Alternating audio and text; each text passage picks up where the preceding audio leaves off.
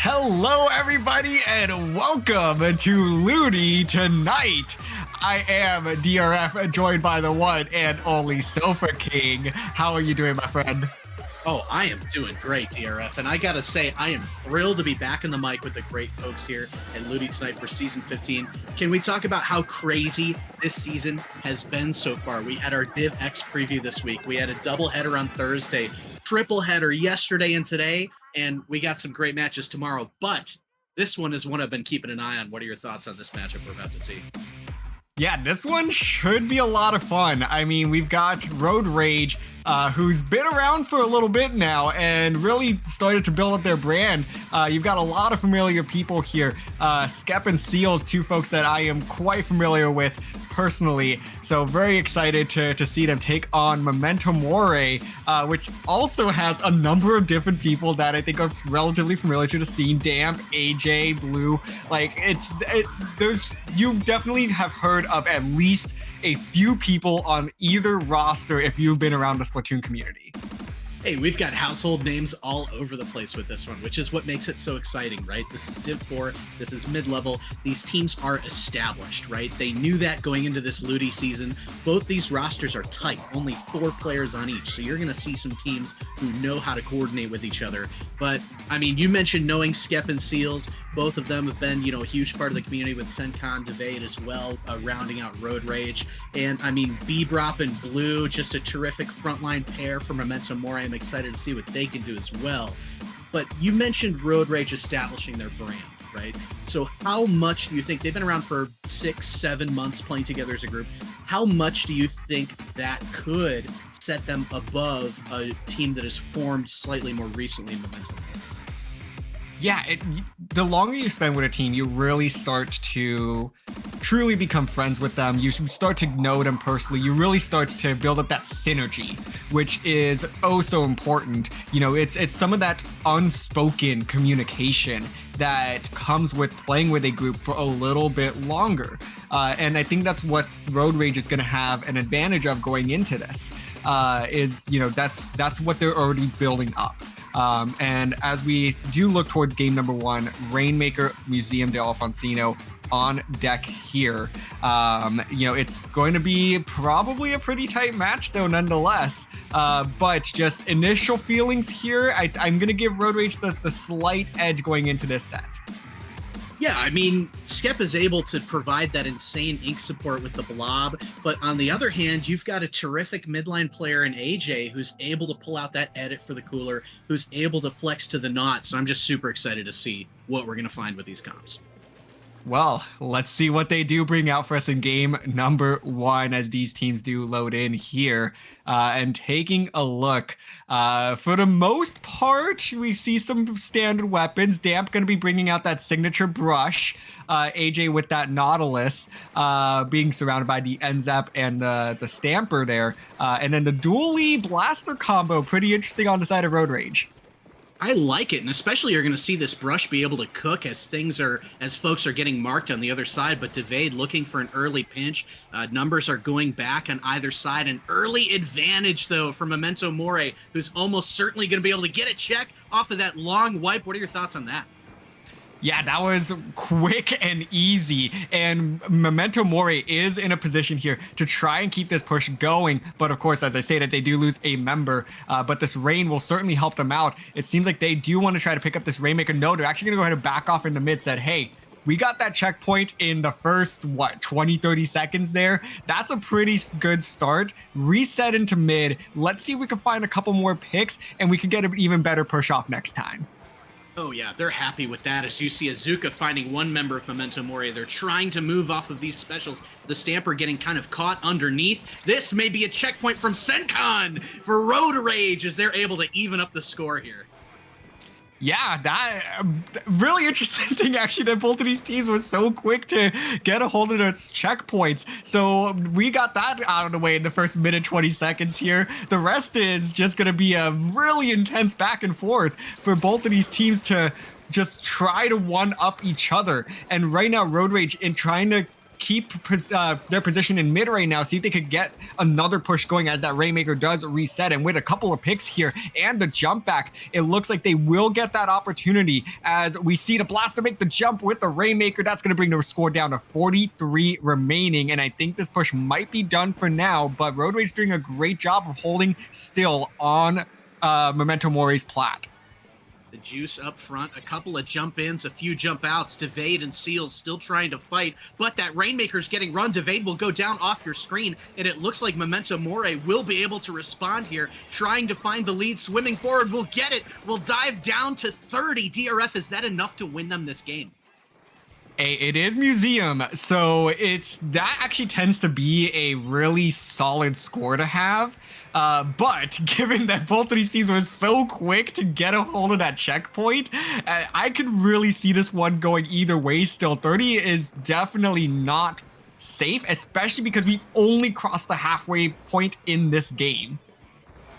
And we see the specials building up for either side. Ooh, brush pops whale and goes down. Senkan kind of haunting underneath, trying to get into this plat here. Another one goes down for Memento Mori. It's looking good for Road Rage as they soar down the highway. Devade coming in, will get picked. 3 are down for Road Rage, and the push will end there.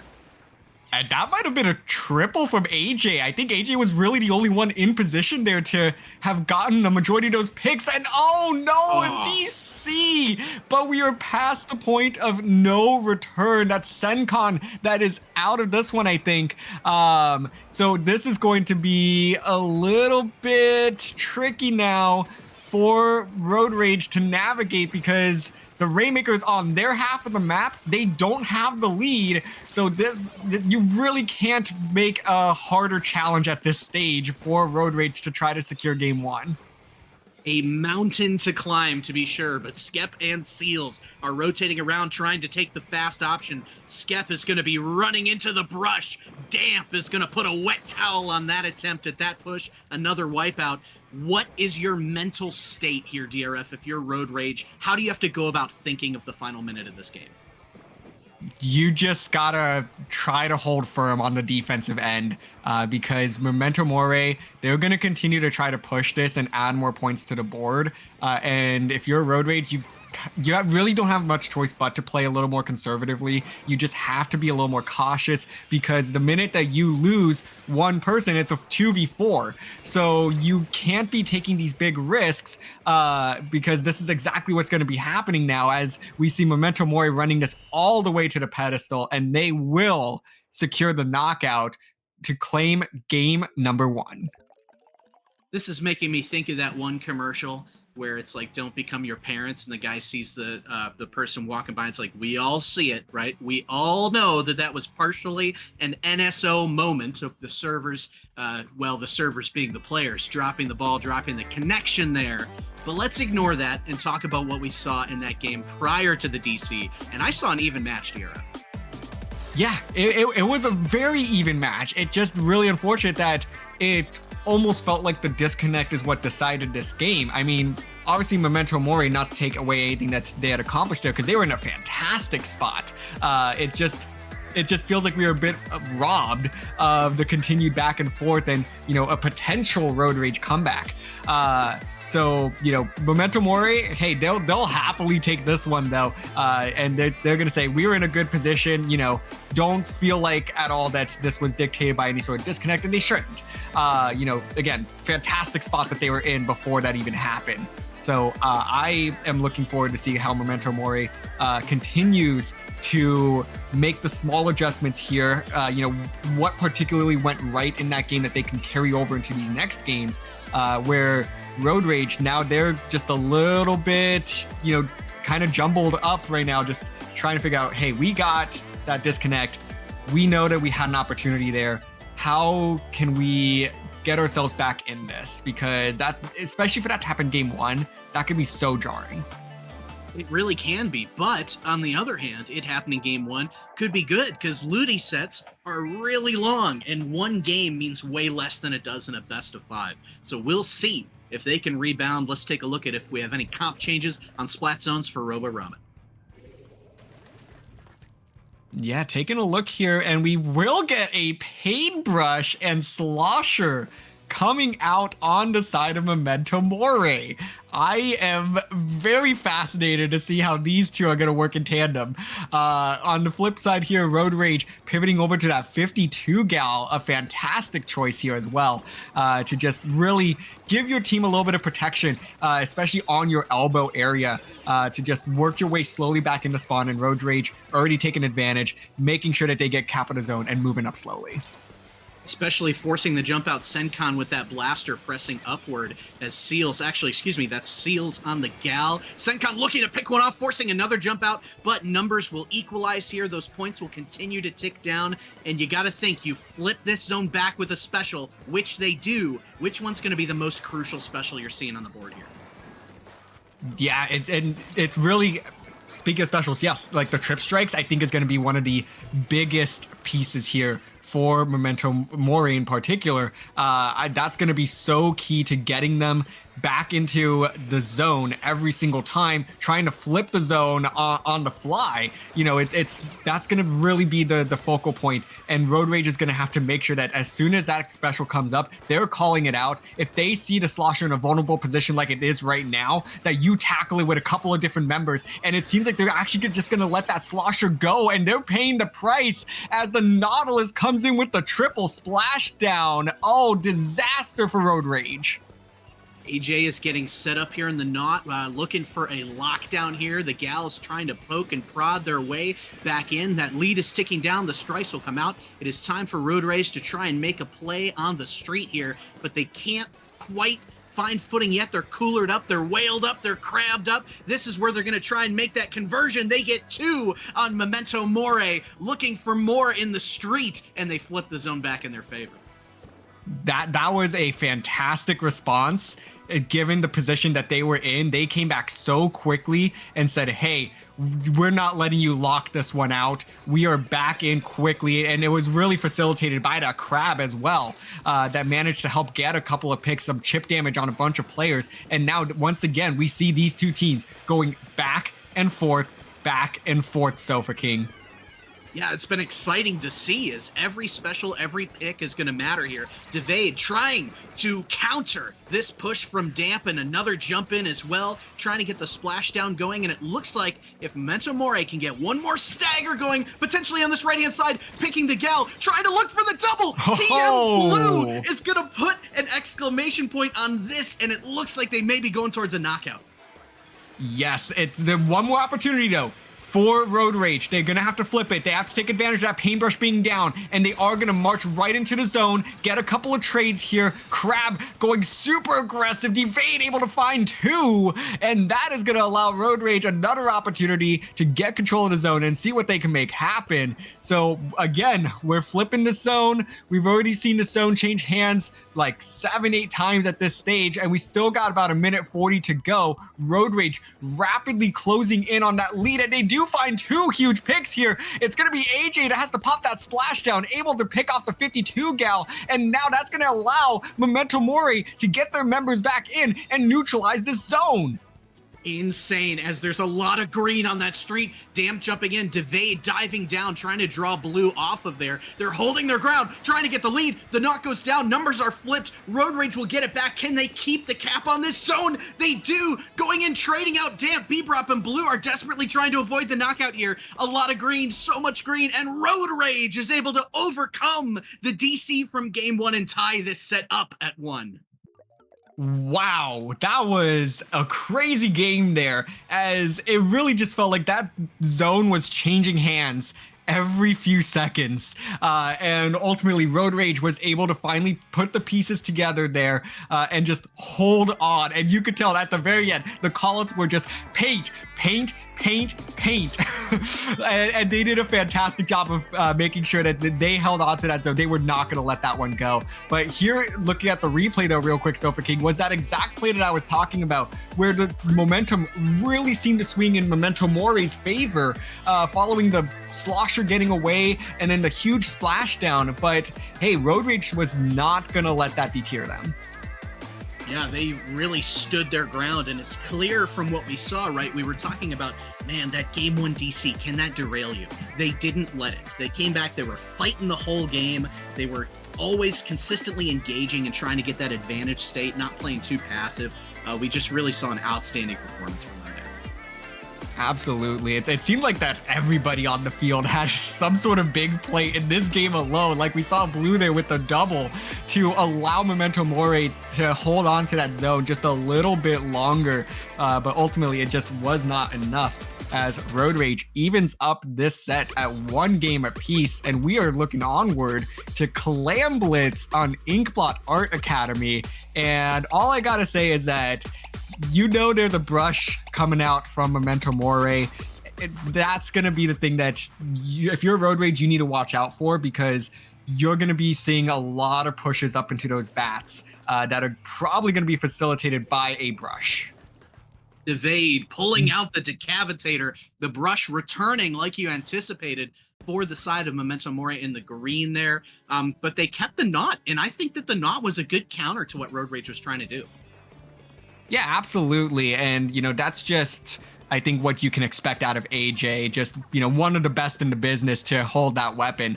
But early on, it is an absolute bloodbath in mid, as we see 5 players go down in the first about 12 seconds there.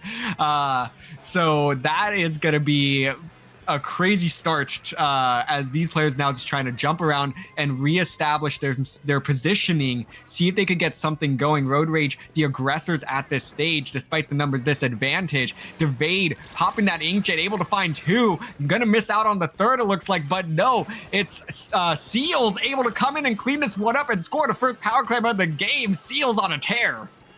Outstanding work there. As you see, they're still trying to pile in some clams if they're able. A crucial pick right there. Sencon able to get in a few. Now at this point, you're kind of just points maxing. The push is pretty much dead. Crucially, not able to get it below 60, which is a good mark for a good opening push. But nonetheless, Road Rage with the opening, drawing first blood here in game 3.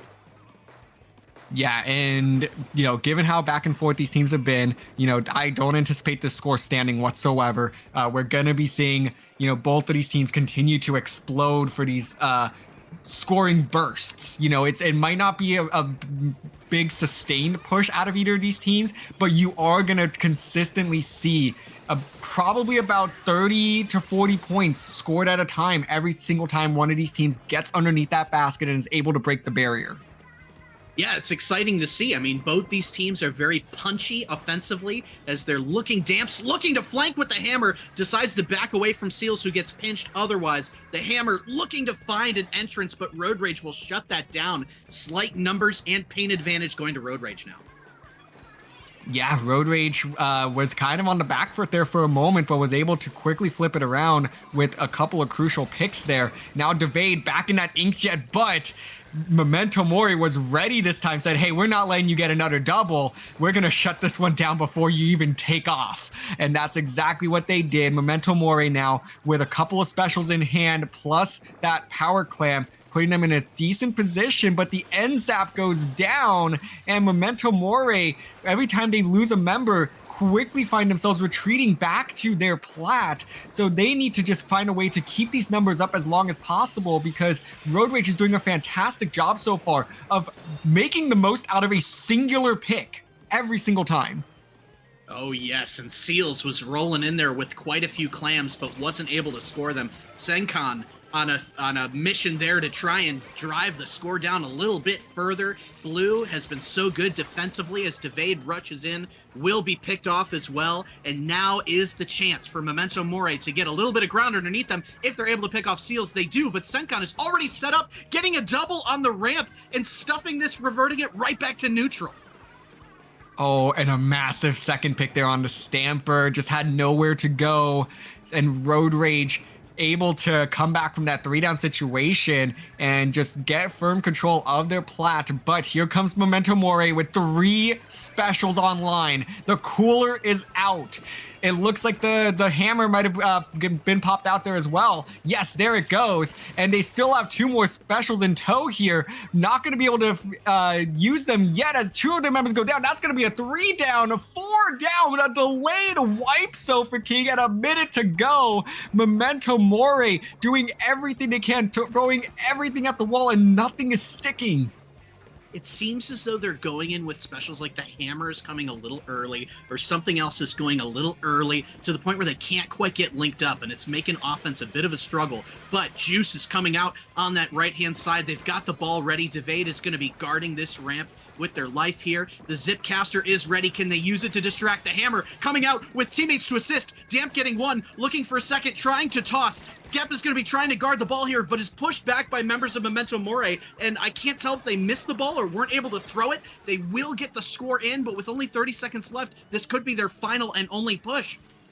They just need to build up another power clam. That's the thing. AJ needs to pick up 1 more clam, and that way they can at least get overtime. So that push, just again, the timing was a little bit off. They didn't have the clams to take advantage of that 3-down situation. So they're gonna have to find a way to do it 1 more time. But Seals is becoming super aggressive here, and this one is over. It's going to be a power clam built up by Seals. They're gonna dunk it in, and overtime will be cut short as Road Rage takes a 2-1 advantage. A statement Zuka in a delighted little twirl we saw at the end from Seals, who knew that they had just sealed victory for their game, for their team for game number 3. As Road Rage, man, DRF, it seems like they aren't letting that DC bug them one bit. No, if anything, it kind of gave them a little bit of a chip on their shoulder and said, hey, we are going to bounce back from this and really show what could have happened if we were just given the extra minutes that we were owed. And it's been really entertaining to see so far. So this one, it just felt like Road Rage had all of the right timing, and Memento Mori just never found themselves in the right place at the right time. A lot of it might have just been specials didn't come out the right time. Part of it was a little bit luck based, where they got a 3-down situation. There was just no clams on the field for them, and they had to wait 10 seconds to be able to get a push going. And by then, all of Road Rage was back in the bats, firing straight down underneath the basket, and it took 2-3 people to get 1 power clam into the basket. So a little bit of an unfortunate timing situation on Memento Mori's part, but they're going to be looking to kind of redeem themselves on tower control, Mako March, which is on deck. Yeah, one thing that I'm really liking about Road Rage's play here is that they're running with an aggro blaster who's really good at locking down space defensively and kind of enabling pushes. And they're going in with these shooters and just creating 2v1 opportunities. You've got Skep, Devade, and Seals, who are just kind of like SEAL team sixing it and just creating these crazy opportunities, helped with the blaster. It's been really nice to see. But for tower control, Mako, what do you think Memento Mori has to do, if anything, with their comps to try and get momentum back on their side? Well, objective timing is going to definitely be a little bit more beneficial here, because you know exactly how this tower is going to be navigated. You're not at the mercy of the clam spawning. So in terms of the objective, kind of just being a little bit more at a fixed pace, I think that's going to work out in their favor a little bit, as AJ pivots over to the Rapid Blaster Deco there. So that's going to be pretty interesting to see how we're going to be, how these blasters rival each other. So no more Nautilus, which I think that's going to work out for them. I think this is not quite the Nautilus map. But I always enjoy seeing AJ play the Nautilus, so I will miss it here for a moment. But Memento Mori with the early wipeout, and they are ready to make a statement here early in game number 4. This is a fun start. Memento Mori, they went fast by switching to the blaster, and Road Rage went slower by having Skep go off a frontline shooter and onto Edit for the Edit Blaster combo. I think it's working so far, as AJ's going to be getting up, pushing TP with Damp here. Damp will go down, but they're cruising towards that second checkpoint. If they can stay on it and break it, but Sencon may have something to say about that. One member of Road Rage will go down, Damp trying to get picked, but 2 members go down. A 4v2 advantage once again for Memento Mori. This checkpoint is about to go down, and these points are going to get real low.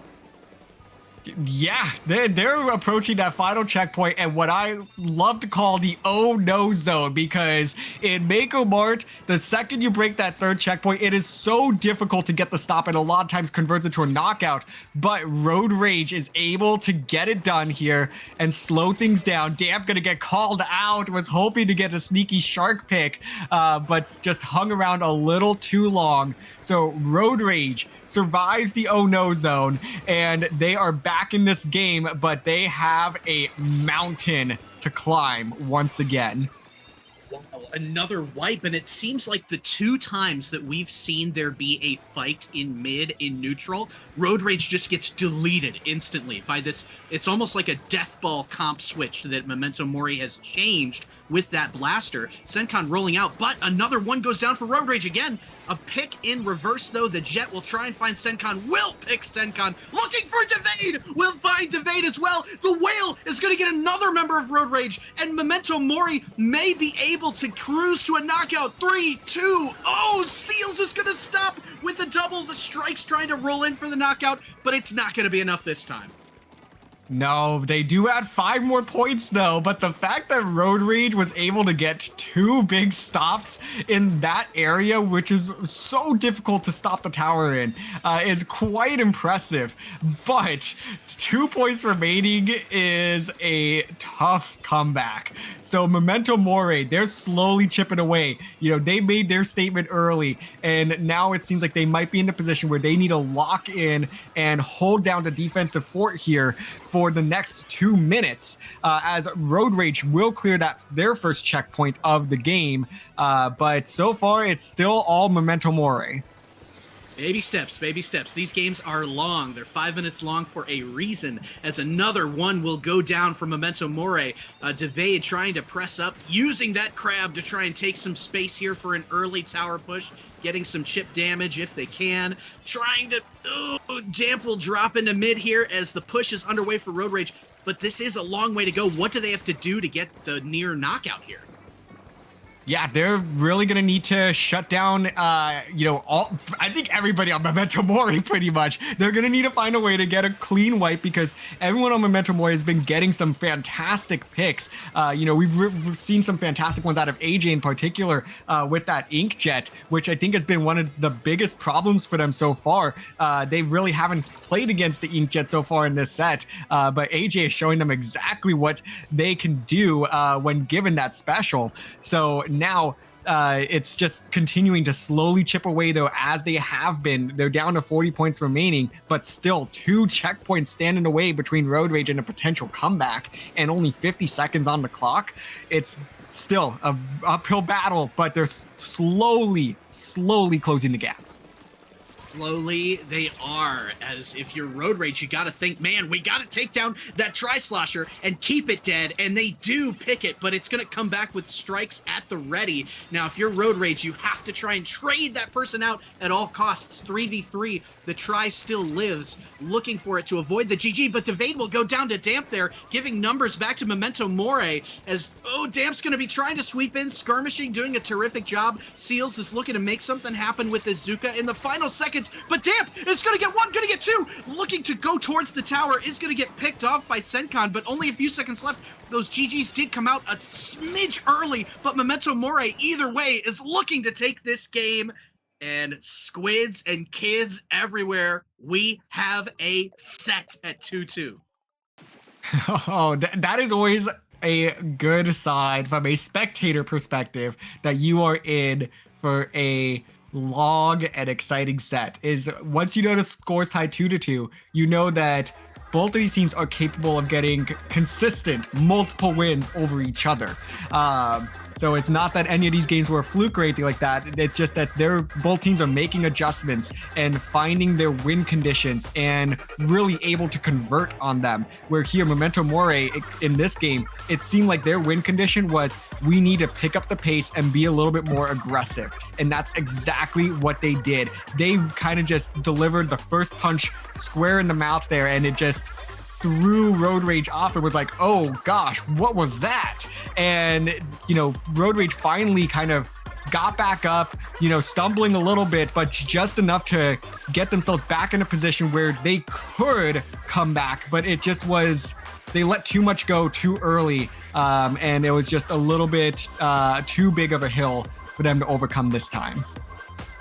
Oh yeah, every game has been competitive, like you were saying, and that just makes this so much fun to watch. The AJ swap to the Drapid, though, has been crucial in seeing Memento Mori's pace increase, which I think they needed to do against Road Rage. But Road Rage, do you think for Manta Maria Rainmaker, do they abandon that Edit Blaster duo that they were running in Game 4? Yeah, they need to go aggressive again. I think that's really going to be the key here, especially on something like Rainmaker, Manta, where things can just escalate very, very quickly. So if I'm Road Rage, pivot back to what was working in games 2 and 3, use a very similar comp there, and then I think you'll be back in business, and that seems to be exactly what Road Rage will do. Meanwhile, on the side of Memento Mori, we're seeing a different variant of the Paintbrush and AJ switching back to the Nautilus. So couple of adjustments here on both sides, but I like the direction that both of these teams are going. Sure, nobody's panicking. They're sticking to their guns, right? They're both going back to the comps that they ran for the previous games as the first set of missiles will come out. How crucial do you think that missiles can be on this map and this mode in particular?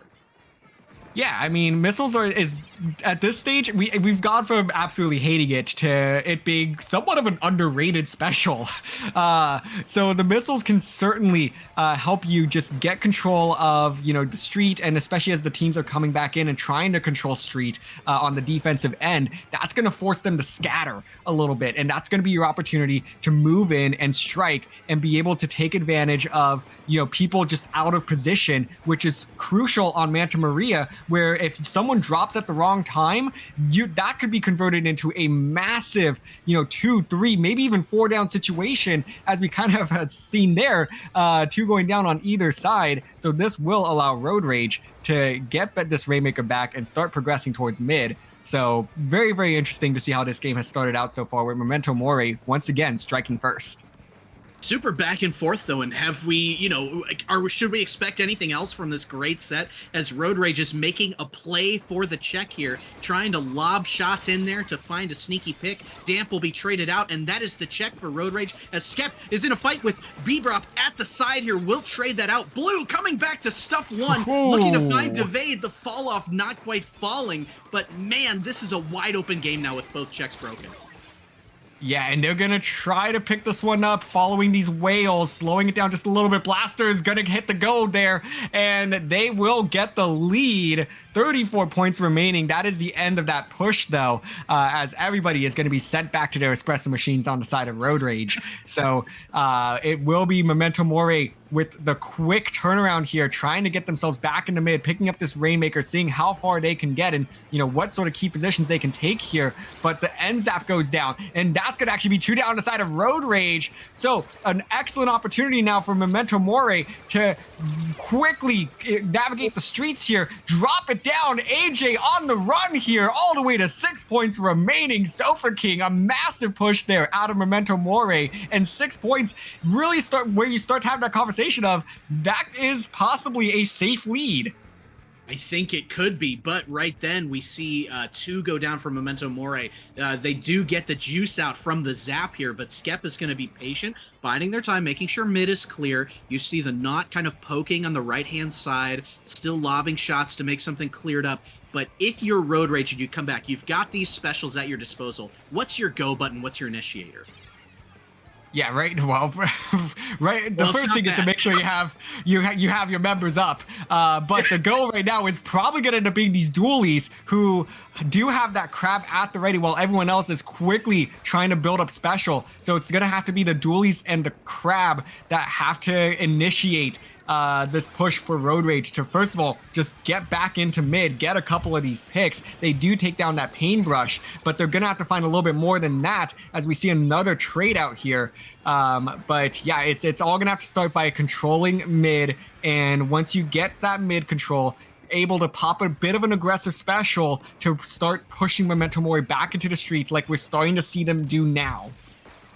Yeah, it's been crazy defense from Memento Mori in the past several games to just eliminate the things that Road Rage is trying to do, as one of them will drop. Damp going down, a nice trade there, completed by Devade, as, you know, she's trying to poke up along these edges here. Another member of Road Rage will go down. Seals just trying to hold some space, knowing we've only got a minute left and we have so much ground to cover, but they are juiced up. A nice trade on Damp there to avoid a Rainmaker Shark, but Beebrop is looking towards the edge, has strikes at the ready to try and pinch. Ooh, this is going to be a good ending. Yeah, it certainly will be, as the trip strikes coming out now, not able to find anything there, and 30 seconds to go. Skep holding on to that Rainmaker, just poking around, seeing if anybody from Memento Mori is interested in coming out to play, but Memento Mori is doing exactly what they should do in this position. Hang back. You have a lot of buffer to work with here. You do not need to make any sort of irrational plays or anything aggressive here. Just wait for them to come to you, and that's exactly what they're doing. Here's the Tenta missiles, forcing Skep to walk right into the splashdown, and that's why you use Tenta missiles on Manta Maria. A full circle moment there, Sofa King. Yeah. Underrated indeed, as we've gone from hatred to complete disuse of missiles, and now, like you said, done beautifully. And I'm just thinking, like, man, if I was Skep in that moment, just like trying to, knowing the missiles are behind me, taking that leap, and then seeing the splashdown, that I have like a full like second or 2 seconds where I'm falling, knowing that the game is over, that is just probably not a very good feeling. But in a crucial game 5, Memento Mori is going to take the set lead back for the first time since the DC. Do you think it could be for real this time? Has momentum swung in Memento Mori's favor? I think we're going to continue to see this set swing back and forth. Just the way that both these teams are playing, it's very well could go to a game 9. I know that's pretty much what every commentator says in this type of position, but it really does feel like it because both of these teams have been dominant in, you know, different scenarios, different game modes. It feels like the Memento Mori's wins are just a little bit more dominant than Road Rage's at this stage. So Road Rage just needs to continue to go into these games, and the key thing for Road Rage moving forward is get off to a good start, because Memento Mori has so far been excellent at capitalizing on those first 30 seconds and finding those 2-3 down situations that just allow them to blow right by any sort of checkpoints and really set themselves up in lockout position. But with game 6 being splat zones on Hagglefish, I think this will definitely be a little bit more akin to that game 2 on Robo Ramen, where it's going to continue to swing back and forth just like crazy, because neither team really has been able to truly lock out in zones. Yeah, that zones game was, I think, the closest one we saw in this set so far. So I'm super excited to see on a very balanced, even map like Hagglefish, what's going to happen there. But I'd have to think that maybe the multiple flank routes could be an advantage for Memento Mori. Yeah, and you would think so, but we really haven't seen them take advantage of flank options. The team has just been very strong about we're moving in together as a unit. And Honestly, that's a very effective strategy. You know, people love to see flanks, but the best strategy is always when you can move together as a team. And that's what Memento Mori is doing so well right now. You know, like we said in, game 3, things were just consistently mistimed. But game 4 and 5 now, it seems like they're hitting their stride and, they're matching the beat that they should be. Yeah, but I mean, hey, on the other side of it, right? Road Rage with Sencon, that seems like a comp that is built for zones. You've got Seals and Sencon up front to zone people out. You've got a lot of opportunities to trade with Devade and Skep up front and get the jumps back in. I'm just excited to see what we're going to see. Absolutely. And there is one way to find out how this one will shake out, and that's by diving right on into the game here. And oh, that is an adjustment by Memento Mori. Hey, I like it. AJ's realizing maybe that blaster that worked so well is not quite the move for zones, but I still want that jet. But the jet's going to be neutralized early on. Sencon, I believe, getting a double as TM Blue is going to be forced to retreat off to the side here, choosing to jump out to avoid the stagger. And it's all Road Rage in the opening seconds. And that's exactly what we were talking about, Sofa King. This is what we needed to see out of Road Rage. And that was a strong start. And they are just relentless right now, pushed all the way up into Plat. All 4 members of Road Rage are just hitting the gas and making it as difficult as possible for Memento Mori to get back in. And it's just AJ who's going to be recalling right now. 40 points remaining already, Sofa King, and it seems like Road Rage has suddenly found a response to this Memento Mori team. Crazy, but Devade does go down as Bebop will try and get the zone flip. 2 will go down for Road Rage, trying to find Skep along the side there. Damp is going to come in to flip the zone, and it's going to be Memento Mori's favor now, juiced up. A nice trade there, 2v1 in favor of Road Rage, though, trying to flip the zone back and make sure that they can't even tick it past 90. Holy smokes. Yeah, wow, what a crazy sequence of events there. Road Rage was just insane on that opening, exactly what we had asked of them. And Memento Mori, just right in the nick of time, was able to flip that zone, find themselves in a position, get the couple of picks they needed. So we continue to see this go a little bit back and forth, but Road Rage once again being very aggressive, making it difficult on Memento Mori to get back to the zone, and they are almost out of the penalty. The Crab is going to have to roll out to just preserve their life here. But it looks like AJ once again on that Inkjet, able to find 1 pick. That's going to be 3 down, and Memento Mori neutralizes it and flips it right on time, extending the game a little longer. I thought that Skeps Enzap was going to complete the 1v4 and finish that game, but it was so close, not quite able to, as specials are being generated on both sides. Crab v Crab in the middle here as Cord is being fought over. The Zuka's going to help chip the Crab, but will go down. Damp and Sencon are rushing each other down here. Skep is trying to fight for Cord. Devade looking to make the 2v1 and finds it, but Damp will find Skep along the side. This zone is still in Memento Mori's favor. If they can hold this cap, this could be big points, but they go down. Another Zuka is coming out from Seals, looking for another, can't find one. Specials back and forth. The paint output that I'm seeing here is crazy, DRF.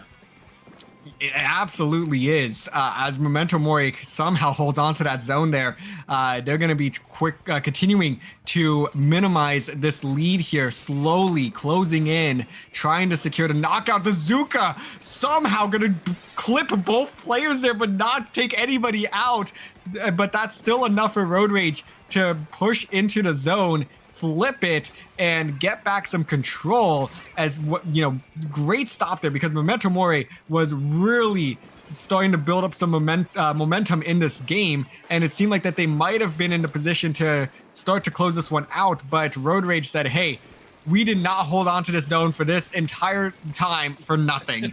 We're going to make sure that we get one more shot at this. 10 points left on the penalty. Sofa King, it's going to be changed hands once more. Yeah, and Memento Mori has quite a penalty to tick through, but that can go down in a hurry. Not if Damp is going to go down, though. A nice trade by Devade to keep numbers slightly in Road Rage's advantage. They jump into the gas, going forwards with this whale, trying to flip the zone back if they can to extend this penalty timer, but the Jet is going to come out, trying to pick and poke at Seals. Oh, two members are going for a flank and are picked by the Mine or the Jet. I'm not sure which, but Memento Mori is going to get one more shot to hold here with 40 seconds left. That was a great 1-2 punch there, assisted by the mines. So hey, that's another reason to run a weapon like that.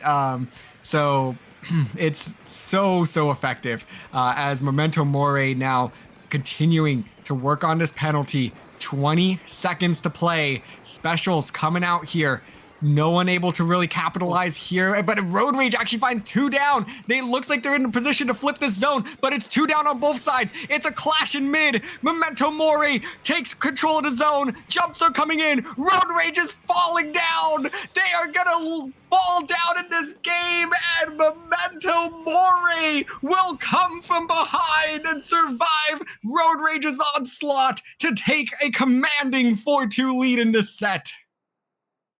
I am a bit speechless. I'm a bit speechless because it seemed that every single time, of which there were 3 or 4 or 5 times when that game was about to be over, Memento Mori just said, nah, it's not over until we say it is. And then they were able to get the stop. They were able to get the key trade in that moment. They were able to get the pick or the special or the positioning, whatever it was, that was able to allow them to inch forward, keep them in their spawn, and my goodness, we blinked and this set is on match point now. Yeah, it has been wildly entertaining so far. It's just really unfortunate for Road Rage how this one just fell apart right at the very end when you were in control the entire time, it felt like. But Memento Mori just continued to chip away at it, just really on the edge of letting this game slip time and time again. But like you said, Sofa King, they said that we will tell you when this game is over, and that's exactly what they did. It was just an amazing comeback to see from Memento Mori, but I do think Road Rage did find something special there. That opening minute out of Road Rage, that was special. It was really special to see. And that's what I want to continue to see out of them. You know, not just the opening push, but just time and time again. You know, make sure you open these games strong, get into those crucial positions, and just continue to play aggressive to really force the enemy team to play into your hand, but you know, also don't be afraid to back up a little. You don't need to make some of these aggressive jumps, especially like we saw at the very end where it kind of seemed like they hit the panic button almost.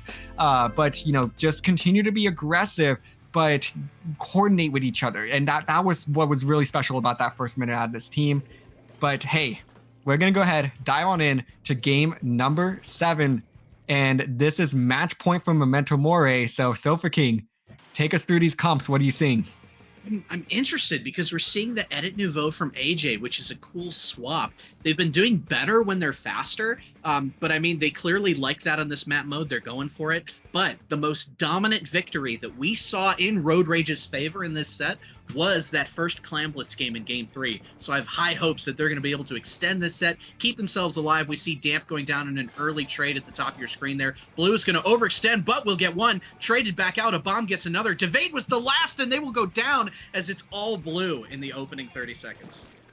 Yeah, that was kind of just an excellent, you know, sequence there from Memento Mori, as we saw Blue get one pick there and a little bit of chip damage, and then AJ came in to help clean things up, and then Bebop as well was able to just bring in the slosher and eliminate the rest of Road Rage to allow this first push to happen. But it's gonna be a 1+5 here for Memento Mori, and this is already starting to feel very similar to that previous Clam Blitz game where we're just gonna see little bursts out of these teams. These pushes are probably gonna take the shape of, you know, that ballpark 30 to 40 at a time, and that's what it's going to come down to, is who can have just one more burst, just who can come up with one more clam in these little bursts between these two teams.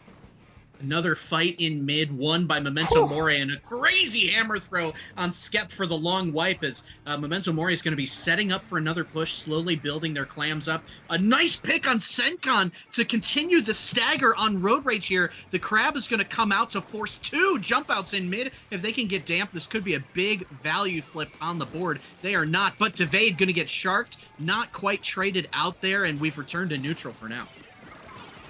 Absolutely. 2 minutes already gone off the timer in this one.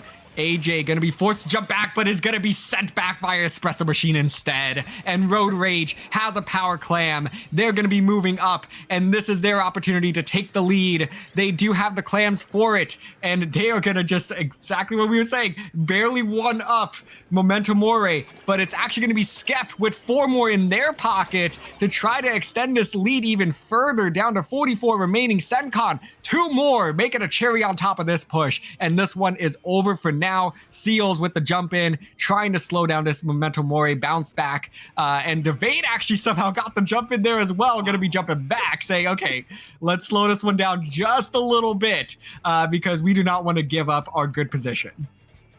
That damp hammer, though, is at the ready and has already been doing some damage in this match as you see them looking for a sniping position, coming out, trying to get Devade. Ooh, Devade will pick that cleanly, giving numbers advantage back to Road Rage for the time being. Diving down into the pit is Seals, but their teammates are going down up front. They're quickly starting to get pinched by Damp and the Crab. They've got to make their way back because roughly 2 powers is all that Memento Mori will need. A nice trade by Senkan, but there is so much blue up here. The Zuka is going to try and force folks out. A crucial fight here on the ramp. The score will be made by Bbrop, but it looks like Road Rage is going to be able to defend for now. Yeah, so that's a one and done push. So not really going to be able to add too much to the board here. But nonetheless, it does continue to get them a little bit closer within striking distance of possibly taking this lead.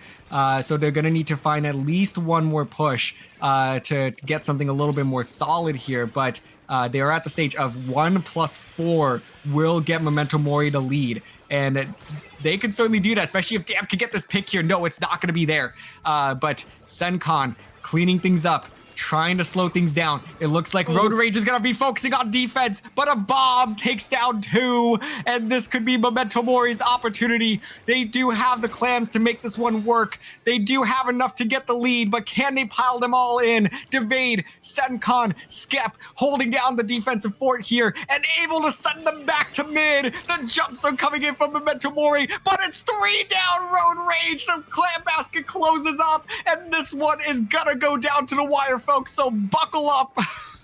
Buckle up indeed as we are soaring down that highway. These cars are honking at each other, and you know that Road Rage is pissed. But Memento Mori, on the other hand, only needs a power and 1 to take not only this game, but the whole set. So defense here is going to be crucial. The Zuka from Seals coming out, not finding anybody. A trade will get Damp out. The Crab coming out and getting Senkan, but they don't see Seals coming around the back. However, Seals has to defend here because Bbrop is looking to score that power, trying to go in with the strikes. The Crab from Devade, though, has something to say about that. Trying to get the chip damage going on. Will get 1. Looking for the ball. Can't quite find it. Defense is going to be the name of the game here in overtime.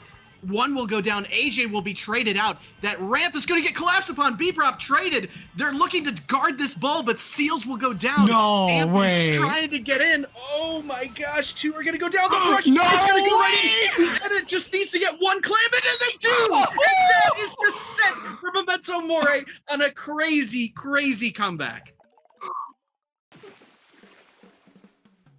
What on earth was that ending?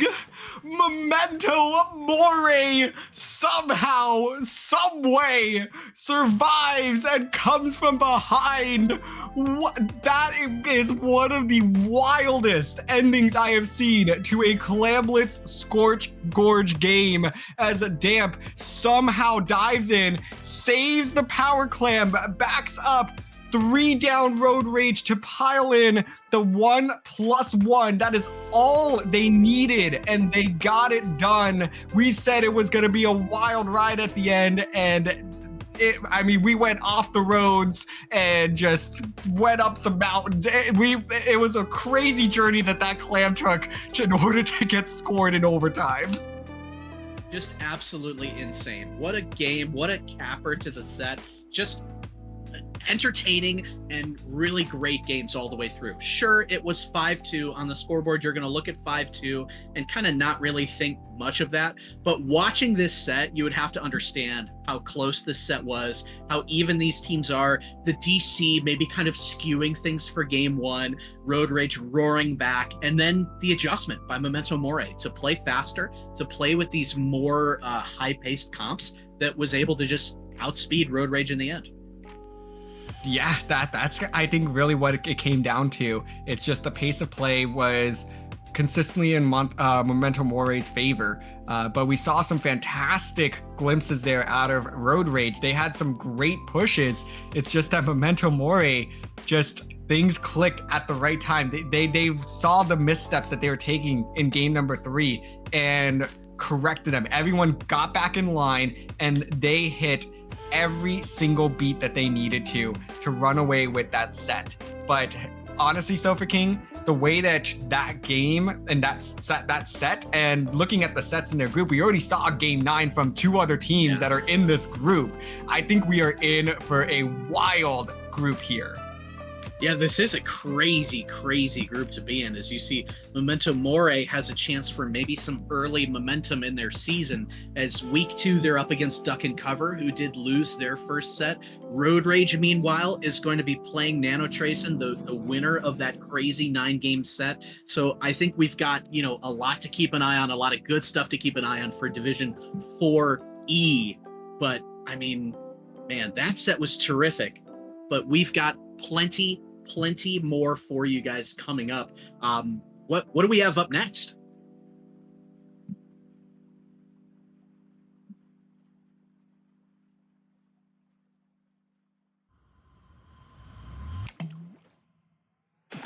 Oh, there we go. Sorry, my apologies. I do have a stupid lawnmower in the background, but taking a look at what is next for us, it will be Synergy versus Lego Fortnite in a Division 1 showdown.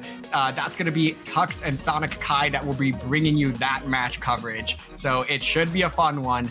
But hey, Sofa King, this was a fun set to commentate with you, and I appreciate it. You're an amazing co-com. Likewise. Oh my gosh. I mean, I've been admiring what you've been doing. I'm kind of shocked that we haven't been able to commentate together as of yet, but hey, I'm glad I could check that off the bucket list. Thank you. I appreciate that. But let's go ahead and wrap this one up so we can bring in our next match and next commentators. So, Sofa King, where can the good folks find you?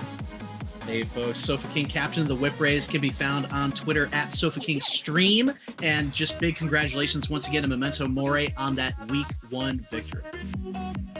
Yeah, and as for myself, you can find me on Twitter at DRF_Splatoon and on Twitch at TritonDRF. But per usual, you can find me over at the CCA covering all things collegiate Splatoon. So be sure to check that out. So that is just game number 1 of your Ludi Tonight triple header. Stick around, folks, because there's a lot more Ludi action up ahead.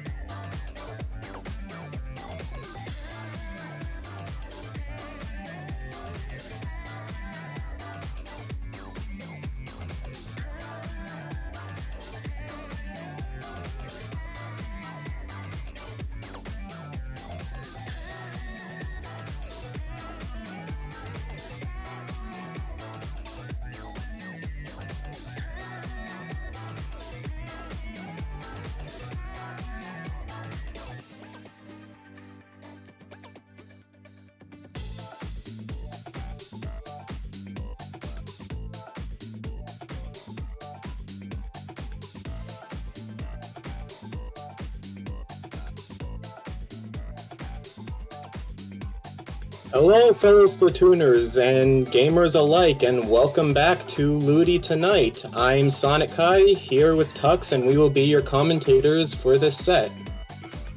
Hello, it is me, Tux. My heart is still pounding from the last set, but we are getting right into it. Today we've got Synergy versus Lego Fortnite, Div 1. I know I'm interested in this one because I've known about Synergy for a really long time. They've been around forever, but I've seen a lot more of Lego Fortnite recently. They've been doing Neon Whale together, and it seems like Synergy's been doing, like their members have been doing more pickups. I could be wrong. Chat, feel free to correct me. But yeah, I'm excited to see these two go head to head. Yeah, it'll be interesting. I haven't seen a lot of high div players compete against each other, so it'll be interesting to see how these guys play and just see who ends up coming out on top in this set.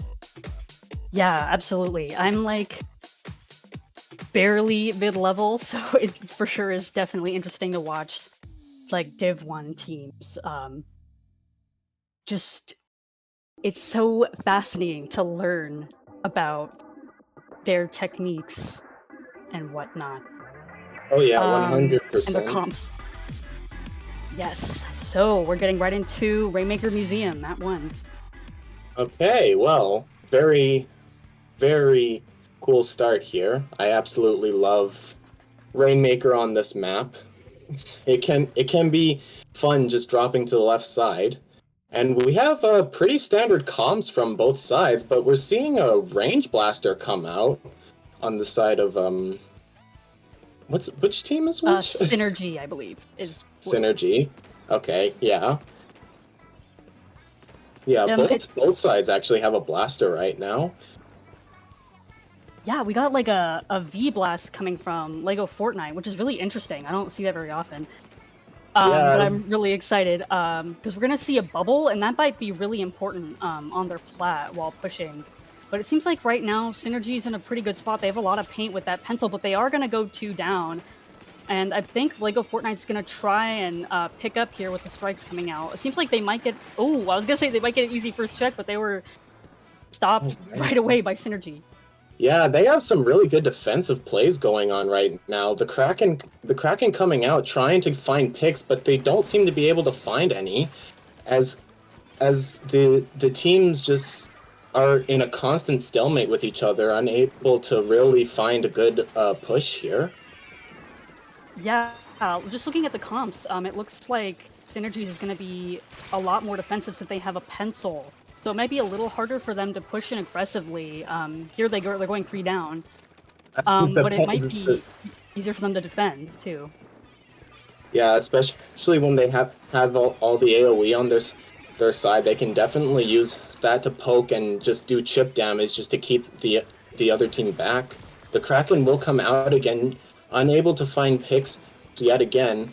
But they're just fighting for the Rainmaker in mid right now. It's just been a constant battle in mid, trying to get the Rainmaker off that spinner, but no one really seems to be able to push it past that point. The bubble will come out to hold, and I think they might get checkpoint there, and they do. Now it's a fight on the spinner. They're just really pushing in and really trying to get those points. They managed to get a push to 26. Synergy is going to have to work really hard if they want to push this back. Yeah, absolutely. Like I said before, with that pencil, it might be a little harder for them to push in, although they might opt to pick up Rainmaker, which could help a little bit. But it seems like, some people are out of position on Synergy, but Lego Fortnite's push is indeed over, and it seems like it'll go back to that stalemate position, but Synergy really has to somehow keep up that aggression to make it past 26 points. I mean, that's pretty good on this map, but it's definitely beatable. Yeah, 100%. One thing about this map is the fact that it's very small. You can really just get a bunch of points really quickly if you know what you're doing. Yeah, absolutely. It seems like, the CRB is still alive, and they get first check really quickly. That's really nice for Synergy. Although they do go 2 down really quickly, but maybe they had Cooler and they can jump in really quick. I think that Pencil's backing up, though. Although now Lego Fortnite is 2 down, so... This is just... The Stamper is really trying to push, trying to get picks, but they are unable. It's just the Blaster. They managed to get the Rainmaker. The Blaster is really holding their own out here. They managed to get Rainmaker pop, but there is a Kraken. They grabbed the Rainmaker, getting a few more points, and they managed to get lead. Now they just need to hold it. Synergy just needs to hold their defense. Lego Fortnite has to make a big push in order to make it back to lead here, but it seems that they're trying to grab it and trying to make an aggressive push here as the strikes come out, trying to clear a path for the Rainmaker. But Lego Synergy is not backing down. They are holding their defense as the Rainmaker dies. They are just not letting them take this lead from them. Yeah, absolutely. It seems like Lego Fortnite kind of ran out of specials there a little early on, and they didn't have a lot to work with, and so Synergy really capitalized off that, and they basically delayed wipe the whole team, and now they're keeping it up. They're like, okay, we have mid, we're gonna take your plat, bro. Like, it's not over. Yeah, now we're back to just scrapping in mid. Strikes do come out here. They don't seem to get a pick on anyone, but that's okay, as strikes are more of just a way to keep the team pushed back. Now they're fighting in. Synergy is just trying to push up into Lego Fortnite's plat once again. They're just trying to hold their defenses right now as the last 10 seconds tick. They're just holding, just scrapping in mid, trying their best to stop them from making a second push. The Zipcaster comes out, but it looks like it's not going to be enough as Synergy takes the first game. Ooh, that got scary there for a sec for Synergy because they went 2 down, but Lego Fortnite just couldn't get that last pop. Wow, yeah, that was really nice. Yeah, 2 points. That's crazy. Like, game 1, we're already getting into this. Like, yeah, it just goes to show how like intense like high level play can be if you really watching teams that know what they're doing. Games can get really close a lot of the time. Yeah, definitely. Especially, I think in higher divs too. Like, this is Div 1, so I think teams are even closer and closer in skill level, like, the higher you go. So it kind of makes sense that this set, I imagine, will be really intense. Yeah. It's definitely you definitely just have like 2 teams that are just like very mechanically skilled, and really it just comes down to the teamwork and just what the teams can do together to really hold their own in team fights and just make the proper pushes in order to get their leads, get their wins, and just take any kind of advantage that they can see and just keep the advantage going for as long as possible. Yeah, true. Seems like we're gonna be doing Zones Ramen. I wonder if Lego Fortnite is gonna keep the V-Blast, because I think Bubble can actually be really good here. But I'm not... Well, especially that it's a Zuka counter, because Bubble can really protect you against a Zuka.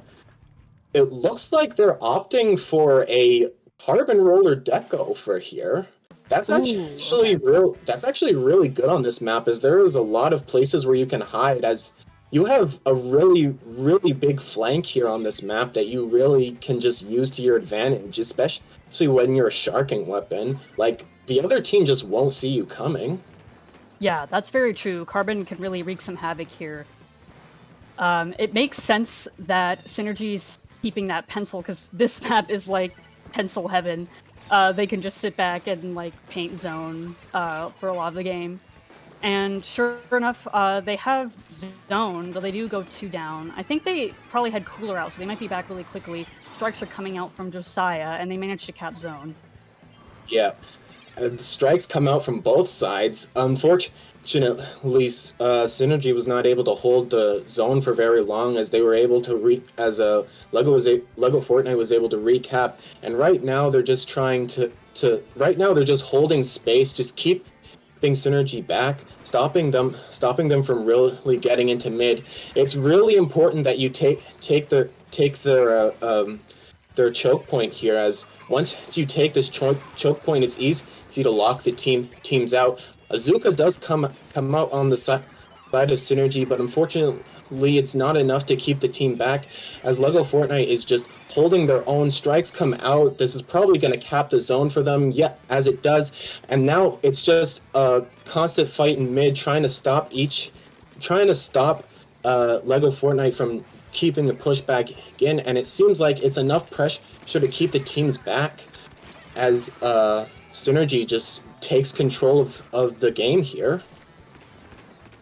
Yeah, really, really nice take from Lego Fortnite there, especially with that crab coming out and everything. They are going to go 2 down right now. I think they were coolered again, so they might just be able to hold the zone, but there is a Kraken coming out from Discreet, and that's going to get a pick and probably prevent Lego Fortnite from keeping the zone for a little bit. Ooh, nice direct. Ooh.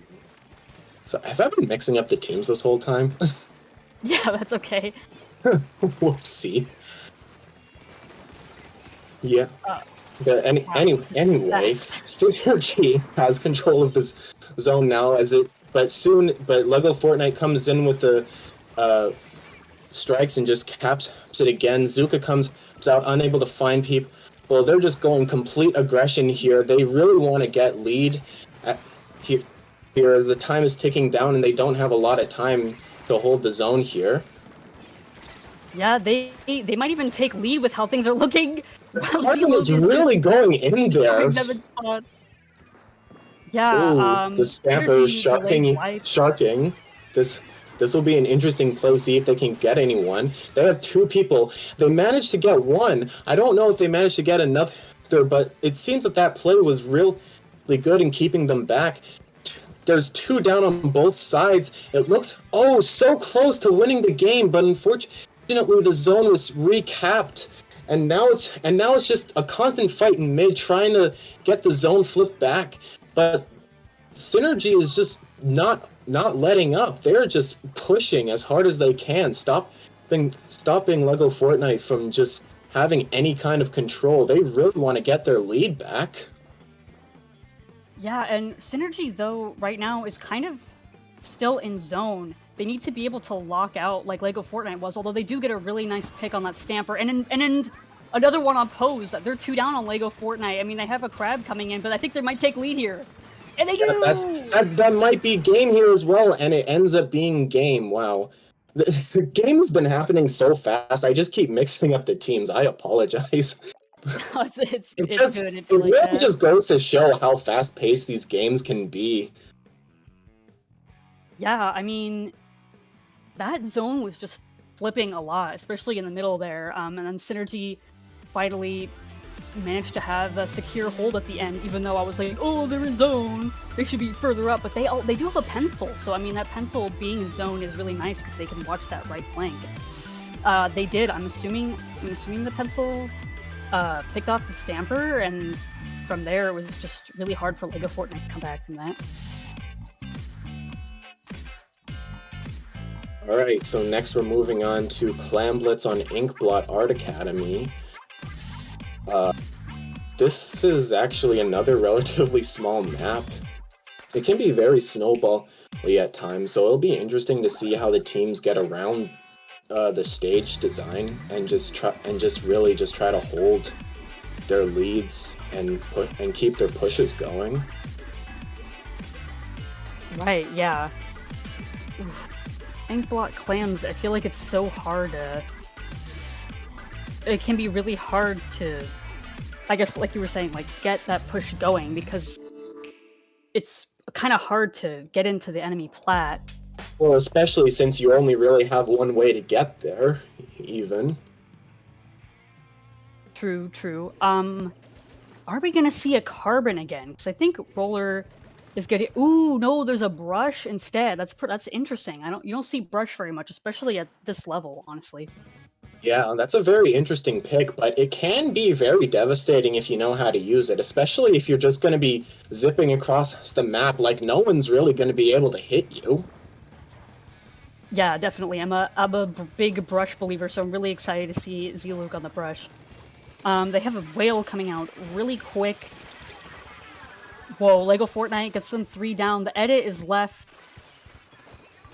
And they're trying to hold their ground, but I think we gotta push. They don't have any clams, though. That's the problem. You can make a big push like that at the very beginning, but if you don't have good clam economy, it's not going to do much for you. They really have to get their clams in order to actually make this push mean something. And unfortunately, they all go down just as they get their power clam. That is such an unfortunate event to take place. Now Synergy can take the map back and just really just try to take advantage of this delayed wipeout that they've had.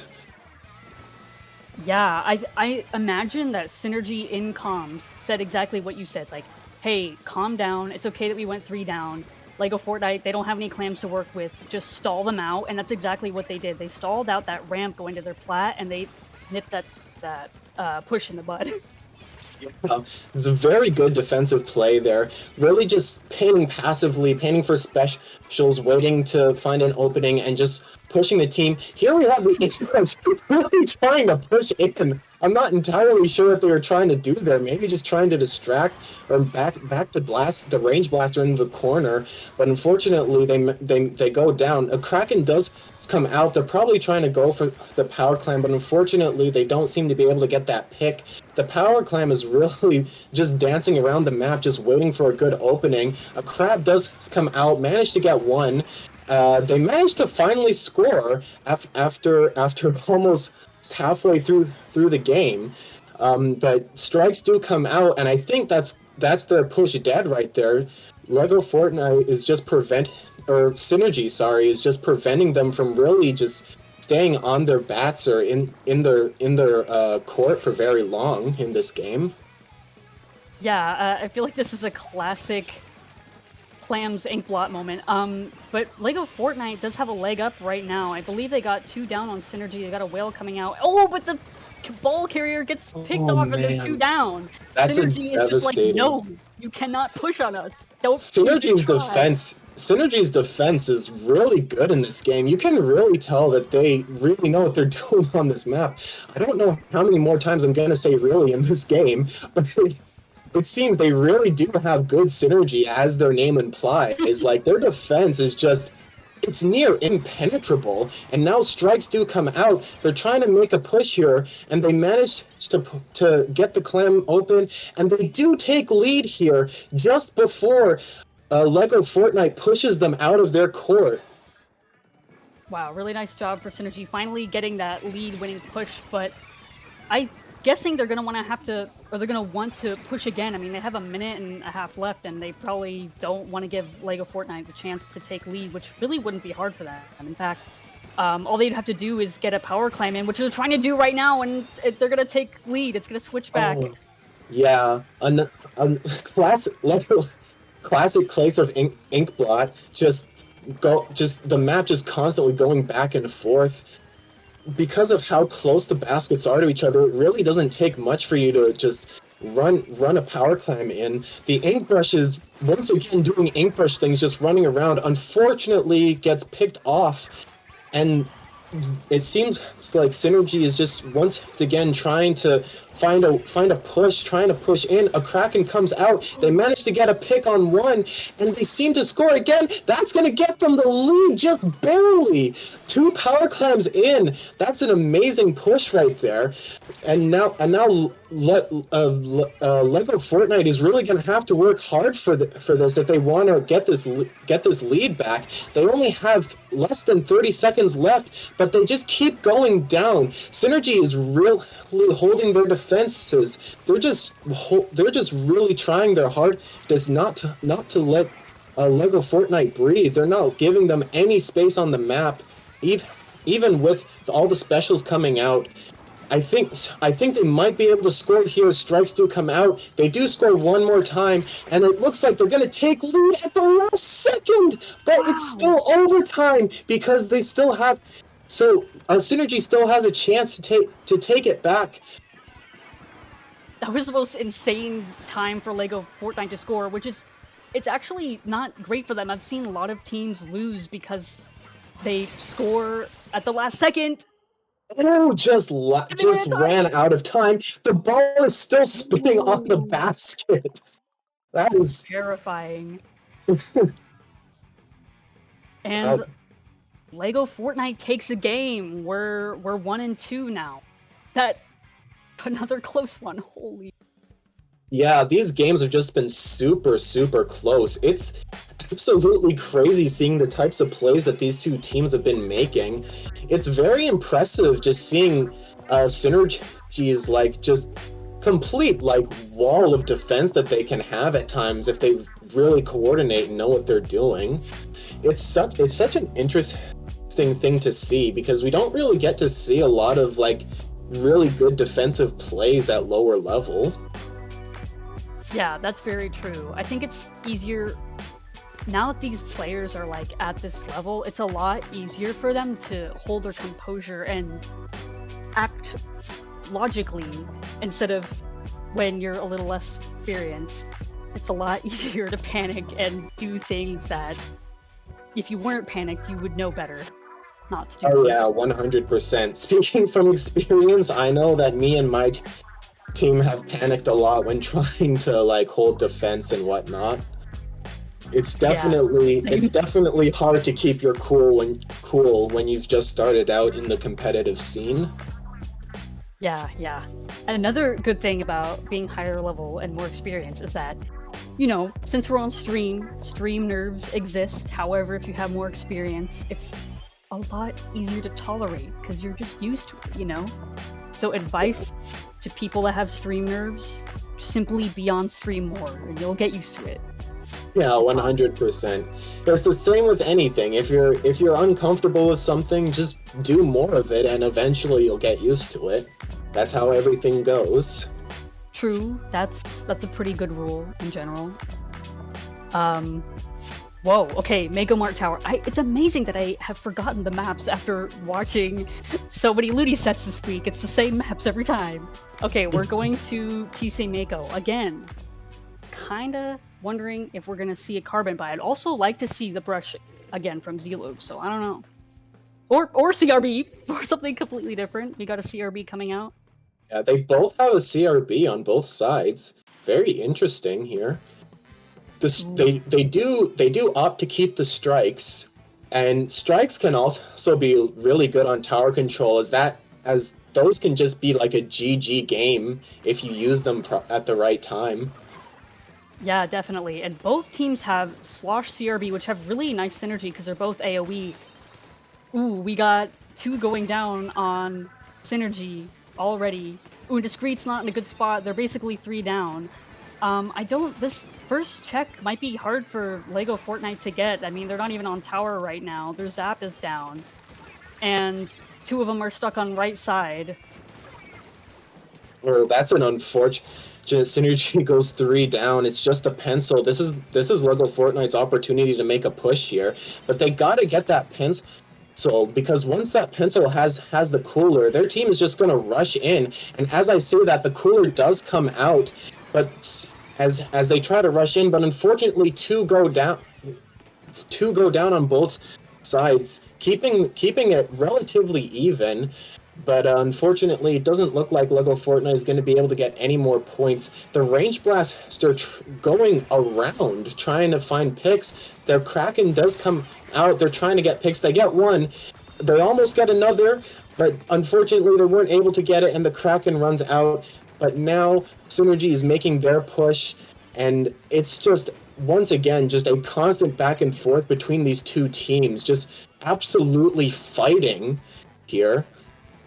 That crab getting canceled is really huge for Synergy. It could have stopped their push, but Pose was like, nah, don't do that, actually. And they're on second check. They're probably going to clear this because they have a lot of money on Synergy. Yeah, they're really holding out here. They're just continuously scrapping in their base. And it looks they're on third check already, and it looks like if they can just hold this a little bit longer, it looks like they're gonna get game, and they do. That was so amazing.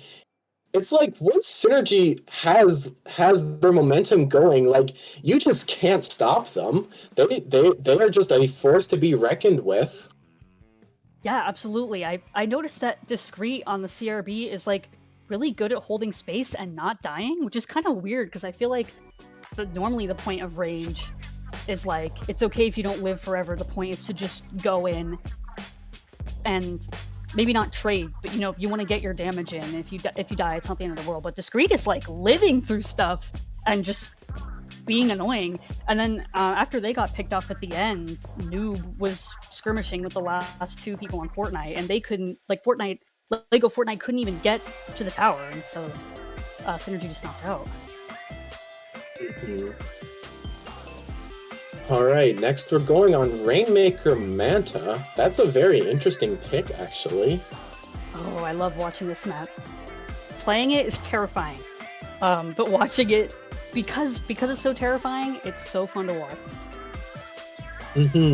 It's definitely one of those maps where you want to make sure you have a good amount of control before you make a push, because if you get stuck in those hallways, it's basically over for you. Yeah, that's very true. And I also feel like on defense, you just have to be prepared like ahead of time. I mean, I guess it's true for a lot of maps, but Manta is just like so fast, especially on that left side if you're defending on pit. If you're not over there ready to stop the Rainmaker, that can be devastating. So you gotta be really careful. I'm actually curious if we are going to see Carbon Deco again, as this is a pretty good roller map. True, and it's always nice to have Zuka, especially here. Zuka's really nice here. No, it looks like they're still opting for the Range Blaster, which is also a very good pick, as this map has very, very, very good spots for blasters to just completely AoE everything. Yeah, for sure. And Zluke switching to shot, they play a lot of different stuff. I'm pretty impressed, I gotta say. Of course, we have Slosher coming out again from both teams. That makes a lot of sense. Ooh, nice Zuka shot. Like I was saying, Zuka's so good here, especially if you're using it from that right side. Yeah, the Kraken does come out trying to find picks. It looks like they're gonna find. They don't find one. In fact, their teammate gets them, but it doesn't matter because that seems to be enough for them to at least get it up a little bit. But unfortunately, the strikes do come out, stopping them from making it to that first checkpoint. And the Slosher just getting two right off the bat, once again showing that AoE just really has a really big advantage on this map, especially with all the high ground. Like, you can just shoot things down and they just won't be able to do anything about it.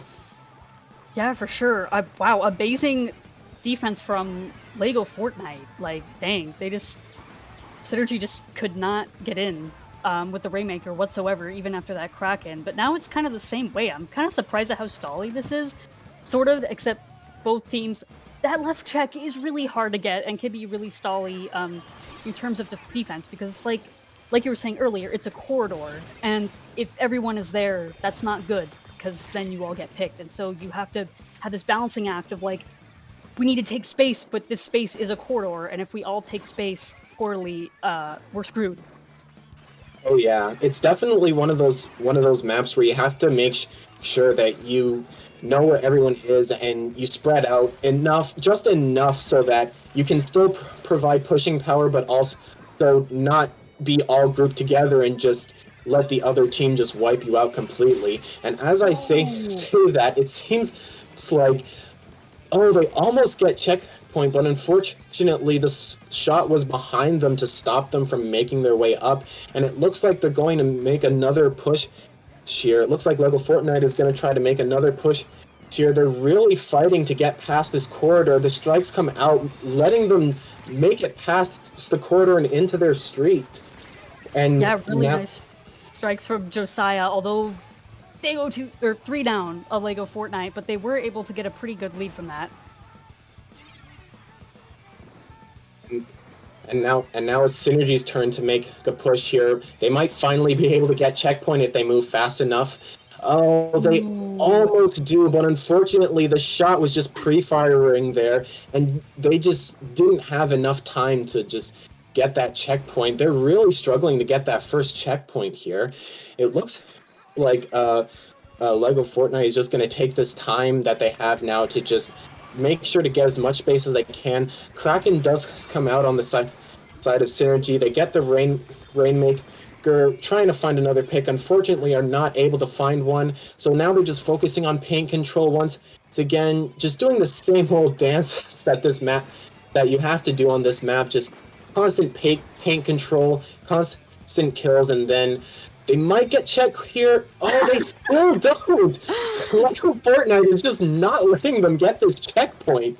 They are just fighting for their lives for this thing. Strikes come out, once again stopping them from even pushing it even just a little bit further. Lego Fortnite is just telling Synergy, like, no, we are not letting you get this checkpoint no matter what you try. Yeah, I feel like Synergy was getting a little frustrated there because they picked up again, and normally I feel like that would happen. Oh, but they do finally have a numbers range. They finally get checked at long last, and then they get the pop with the strikes. I don't know if they'll be able to get lead, but they're gonna keep trying for it, although they have a lot down now. They might have to just wait for that Rainmaker to reset at this point. Yeah, there's not much they can do. Yeah, unfortunately, they have a bit of a delayed wipeout there. They can't really make a push here until they have everyone with them. But it doesn't seem like Lego Fortnite is really going to give them much opportunity anymore, as they are just stalling out the Rainmaker, not even popping it, just keeping it their color because the time is ticking down. They don't. Synergy is not going to have any time to make another push. Sure, and Lego Fortnite is just using that to their advantage, just scrapping in mid, taking picks, and it looks like they're going to hold it back, take it all the way back to their base to absolutely 100% secure their victory. Yeah, I can understand why Synergy picked that up, and then they opted to go left, but I think ultimately that was a really big mistake because it meant that it made more sense for Lego Fortnite to, like you were saying, just keep it their color basically and not even let it reset into mid. They didn't even give Synergy the opportunity for another push at all. Yeah, very, very, very close games. Yeah, wow. Manta Rainmaker, terrifying. Honestly, it wasn't as high scoring of a game as I thought. Normally with Manta, you got like single-digit points left, but still really close regardless. Yeah, once again, like it's very easy to defend on that map, and especially with these two teams that really seem to have good defense. Just overall, it's just so difficult to get past that corridor when you're just going up against a team that just really knows how to defend and just basically be an iron wall. Yeah, that's very true. That match was a very good representation of that on Manta Rainmaker. That really was a wall. I mean, Synergy tried what, like 5 times to get that check? Anyway, sorry, I digress. We got our next one, Zones Haggle. Ooh, I love watching this too. Yeah, Zones Haggle is probably one of the most fun maps to play in the game right now, as you have like a lot of options, especially for an early Splatoon 3 map, because as we all know, a lot of the maps in this game can be hallways. You have a lot of options here on this map, so it's always interesting to see which options teams decide to take to get their advantage. Right, I mean, as we see, we got the Stamper on Lego Fortnite. Oh, they do have to jump out, but we definitely got these fights going on the sides. But these teams are going to have to, although there are a lot of different ways to go, since it's zones, the objective will always be in the middle, and you have to balance who is going on the side and when, because sometimes you just need support in mid. No, they have the member seems like I'm forgetting team names again.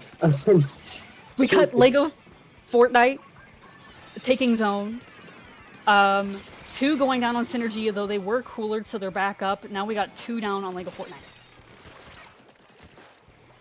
It seems like Synergy is just holding the zone now. They're just trying to make their push here to stop Lego Fortnite from continuing to like just push them back, as we know that Synergy can be very very defensive. Yeah, absolutely. Ooh, again, nice hold from Discreet. They're really good on getting up on people's plats and just holding that while the rest of their team keeps the objective going and secured. I mean, Lego Fortnite might need to get a cooler going soon, so they can get in, but even that might not be enough. Well, as we say that, the zone does get stopped, and it's now a constant scrap in the mid right now. Strikes come out, taking the cap back to Synergy, but Lego Fortnite is not done. They are still trying to fight this. Unfortunately, it doesn't seem like they're able to hold mid for very long, as they're forced to back up because of the just constant suppression from Lego Fortnite. The Zuka comes out. Unfortunately, they go down. I don't know if that was lag or if they just gave up. I think that might have been a controller issue. Oof. Oh, battery. That's unfortunate. Yeah, it looks like my gyro stopped working. I hope they get that figured out. It happens to the best of us, unfortunately. But yeah, Lego Fortnite's pushed really back. They have a cooler. Hopefully they can do something with that and get some picks, although Josiah's going down, so that's not really looking great for them. Though they do have a crab coming out. Hopefully they can do something, and they do go 2 down on Synergy and Discreet. Looks like they're pretty weak, but they're still opting to help hold zone. Yeah, the zone. This is like once again one of those games where it's just a constant fight in mid, and it's just the points just gradually tick down. Strikes do come out on the side of Synergy, recapping the zone in their favor. The Kraken comes out, going once again to find picks and just being an annoying little rat, as Discreet seems to love doing. They have a Zuka come out in their flank. They manage to get 1 pick, taking the zone, flipping the zone back. Unfortunately, the shot goes down, and it looks like Lego Fortnite is once again in control and once again trying to push. But as we've seen, these games can just flip in an instant, and Synergy can just could just push them back at any point. Just Lego Fortnite really needs to make sure to play not too safe but not too risky. Oh, and they barely managed to take lead. That was really impressive, because I was thinking they need to make sure this pencil can't do anything, and that's what they did. They made sure Respect just couldn't get close enough to keep that zone neutral, and they managed to take lead off of that. Yeah, it's a very smart play. You always got to focus, you always got to focus on the pencil if there's a pencil around, because the amount of paint that thing can output can be really devastating, especially on zones. So when you have like a very good painting weapon like pencil, you have to make sure that they just can't do anything to affect the objective. Otherwise, you're gonna have a hard time keeping zone. Oh yeah, absolutely. Case in point, Synergy manages to take lead. Lego Fortnite does have the zone. They do go into crab, which means they get paint a little less, but it's okay because you don't really want your Stamper painting. But they go 3 down and they're last. Now they have to paint because it's overtime. And they get a pick, but they can't hold zone while picking. You gotta choose one, and unfortunately, either way, you're kind of screwed. That was a lot like that ramen game, because it's like we were saying about pencil. Like, if respect is commanding your respect, bro, it's hard to do anything against that. Yeah, 100%. There really isn't a lot you can do against pencil paint. That's part of why it's such a significant part in the meta, is just the amount of paint that weapon can output is just, it's near unrivaled. Oh yeah, absolutely. Especially on both zones Ramen and Haggle, like those are like pencil maps. So it makes sense. And honestly, in my experience, sometimes when you're playing Ludi, I can't speak for these teams, but sometimes on maps you're not great at, or you know that the other team is a better comp, sometimes you just are like, it's okay. We took the L, whatever. Let's do better on maps that we have better chances at anyway. Or the odds are more even, you know? And, speaking of maps, it looks like we're going to Clam Blitz on Scorch Gorge, which is actually a very fun mode for this map, which is arguably the only fun mode for this map. Yeah, honestly, that's valid.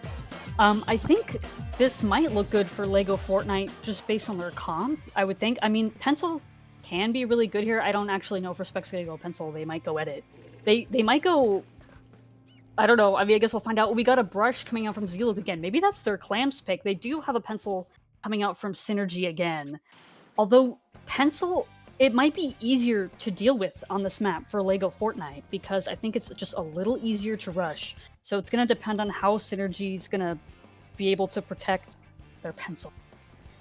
Though it is worth noting that Synergy does have a bit of a paint disadvantage, as they have both a Brush and a Blaster, and both of those weapons don't have very good paint output, so really they just have to be relying on their Zap. And unfortunately, their Zap is the first to go down. So it really just, LEGO Fortnite can just overtake the map with the amount of paint that they have.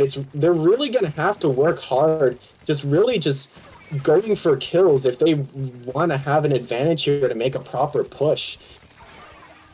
Yeah, I think LEGO Fortnite has been having that paint problem. I especially noticed that last game. I mean, yeah, they have a Pencil on Synergy, but they also have a Shot. I mean, Shot's not going to be painting a lot, but it really helps for Synergy. That being said, we got the LEGO Fortnite push coming out. They're already down to 44, which is really nice on this map. It can be a bit stally, so if they can get a good push at the beginning, it might be really huge. Ooh, we got Ziluk coming in with a couple extra clams. It's really nice. Yeah, well, I mean, I did say that they have a bit of a paint advantage, but that's the thing with Splatoon. You can never underestimate anything. Like, if you can find a comp that has good synergy and that you're good with, like, you gotta respect that team. Oh, but really nice Kraken from Discreet doing their thing. It doesn't seem like there's a whole lot of clams from Synergy, but they are gonna, with respect, holding that space. They can come in with more clams, although Discreet does go down, so I think this might be the end of the push. Their Pose is slipping in with a couple more clams, but they don't manage to get the lead. Oh, just barely. Yeah, they definitely, LEGO Fortnite definitely has a lot more fighting potential with the weapons that they have. The range and the slosher is just such a deadly combo. It's part of why I guess both teams have always been running it. Ooh, yeah, and LEGO Fortnite, their comp is just really fast. It's really good to be quick on this map. You gotta go right in and take right side, and that's what Ziluk was doing on Brush, because you don't need paint to go in with Brush. You can just run in. And they do manage to go down to 20, which is gonna be really nice, but I think this is the end of their push. Yeah, unfortunate, because like once again, like, they might have good fighting power, but you really gotta find that good balance between paint, because even if you do manage to get pushes, they won't be able to last long if you don't have good paint output, as the other team can just completely outpaint you and just force you to go back, because if you don't, you'll just end up getting picked, and that will just be even more of a disadvantage for your team. Yeah, absolutely. That being said, I think Synergy needs to use their paint advantage to get their right side, I mean, this whole area is still yellow, and if Synergy wants to push, they have to get that because with Lego Fortnite, they don't have that problem because they have a brush that can slip in through grave, and they're pushing in again. It's just or not. You know what? They probably decided it wasn't safe, but they jump back. I can respect that. I think but they still managed to sneak a clam in somehow. It was probably the brush as they go down. It looks like they're trying to keep the push going. Unfortunately, they're not able to. The strikes will come out to stop Lego Fortnite from pushing any further. But Lego Fortnite is just saying no to that. But unfortunately, it looks like that kind of attitude will get them killed. Despite that, they still... I'm just stumbling over my words as so much is going on in this game. It's just a constant back and forth between these two teams, and they get the knockout! Wow, that's crazy. Despite the fact that they had a paint disadvantage, they still managed to get that knockout. Like I said, it just goes to show, don't underestimate anything. Anything and everything can work in this meta if you know how to use it properly. Yeah, absolutely. I mean, Lego Fortnite I just kind of think they had a better comp. A lot of people do underestimate Brush, but like I was saying, with that more aggressive comp and with the brush just can go in really easily and be annoying and maybe score, I mean, which they did. I feel like Lego Fortnite's philosophy was like, we're just gonna keep pushing, regardless of whether we score or not. You guys are gonna have to pay attention to us while we're pushing, and then you guys keep pushing. And we have lead, so what are you gonna do? Yeah, very surprising comp and very surprising, outcome. Like, I honestly was expecting that Synergy was going to take that because they just had so much more paint on the map at the beginning there, but Lego Fortnite was able to beat the odds, and not only did they win, they managed to get a knockout, which is, like, very impressive. It just goes to show the amount of synergy that Lego Fortnite can have. Yeah, and that knockout is really going to help their mental, because they are still down a game. It's 3-4, and they do have to, well, not reverse sweep, but Synergy can't win again. So this KO, I'm sure, is really helping Lego Fortnite be like, yes, okay, we can do this. We, like, had an amazing game. So next we're going to Undertow on Tower Control. Oh my gosh, I can't speak. We're going to Tower Control Undertow for the next match. Once again, just another map, very, very similar to Manta, in that it's just a hallway that you just have to brute force your way through in order to get a significant amount of points. Even with the rework that it recently got, it's still pretty hard to push through that midsection. So it'll be interesting to see what both teams decide to go with for their comps for this one. Yeah, especially because Lego Fortnite usually doesn't have a backline, and normally I think of Tower Undertow as being very backline heavy, and of course Synergy has Respect, who plays Pencil. So I'm wondering how this go. It might not be as backline friendly at this level because, again, I'm not Div 1, so maybe it's a little different from my perspective, but I'm interested to see what comps they have. Maybe Z-Luke will bring out Carbon even. I kind of feel like Roller's good here, but I'm not super sure. And of course they play like a million different things. They could just go Shot, or like CRB again, because it's Tower. We never know. Oh yeah, that's the one thing about having a teammate that's really flexible. You just, like, as a commentator and as a viewer, you just never know what they're gonna pick, and sometimes it can surprise you as to what they decide to go with. Yeah. Oh, they keep the brush. Oh, okay. that's very interesting. Yeah, I agree. That's actually like the last thing I expected. I mean, so far they only played that on Clam Blitz. And we see Respect going edit. That makes sense. I think Pencil could actually struggle here. I was wrong about the backline thing. However, and Edit is still a lot more angry than anything that LEGO Fortnite has. And as usual, LEGO Fortnite is gonna have to use their power of aggression on their comp to get a lead. Unfortunately, LEGO Fortnite does go 2 down right off the bat, giving Synergy an early push. Zuka does come out, and so does Whale, trying to find picks or just keeping them back. The Brush comes in, gets 1 pick, unfortunately doesn't do a lot as they just keep pushing the tower. And here we have the Gal just trying to push in, just trying to keep LEGO Fortnite back. Synergy has a really good opening here. They just gotta keep this going. Once again, showing that once they have the momentum, it's really hard to stop them. Yeah, absolutely. Synergy is really good at taking that control and holding it. Fortunately for LEGO Fortnite, they stopped the push pretty early on, and they got 3 down on Synergy, so maybe they can get something started here. Although, someone's getting on tower, but not having a bit of a trouble there. Yeah, undertow moment. It's very annoying. Yeah, that middle section, that bridge section, it's very awkward to climb up. So sometimes you have awkward moments trying to get on the tower. They do manage to get on eventually. Unfortunately, are not able to get to second checkpoint right away. But as I say that, they do manage to at least land on second checkpoint. But Synergy is just really just pulling all their stops, trying to keep their defense up. The Brush really is going in here. It's very interesting seeing a Brush on this map. This was not something I was expecting, but it really seems to be working out for them right now. Yeah, for sure.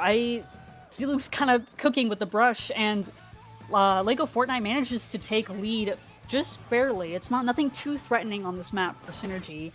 And I think they're pushed. Well, maybe it's not over. I don't know. They went 2 down on Synergy, and Love Galore getting another pick. They might keep going here.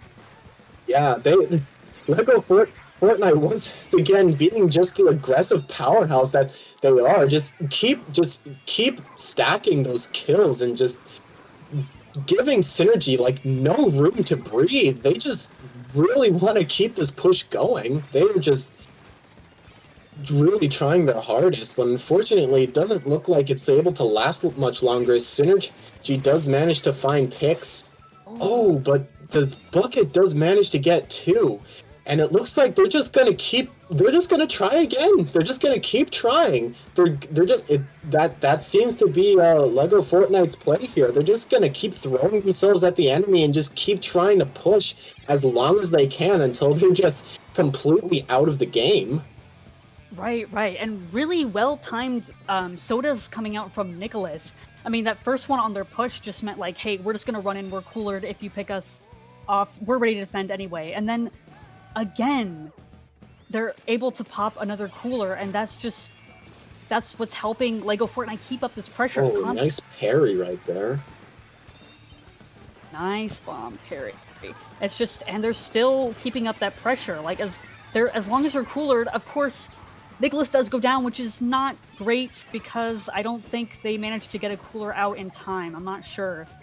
And they only have a minute left to defend this admittedly not huge lead, although they're still on tower. Like, Love Galore is just hanging out, they got a pick, and now they're in Kraken. Oh my gosh, look at them go, dude! Dude, they're Love Galore on Range Blaster is kind of scary, actually. Like, you really have to respect their space. You really gotta, like, just not, like, run right at them because they can just completely pick you off. They're obviously really strong on Range Blaster.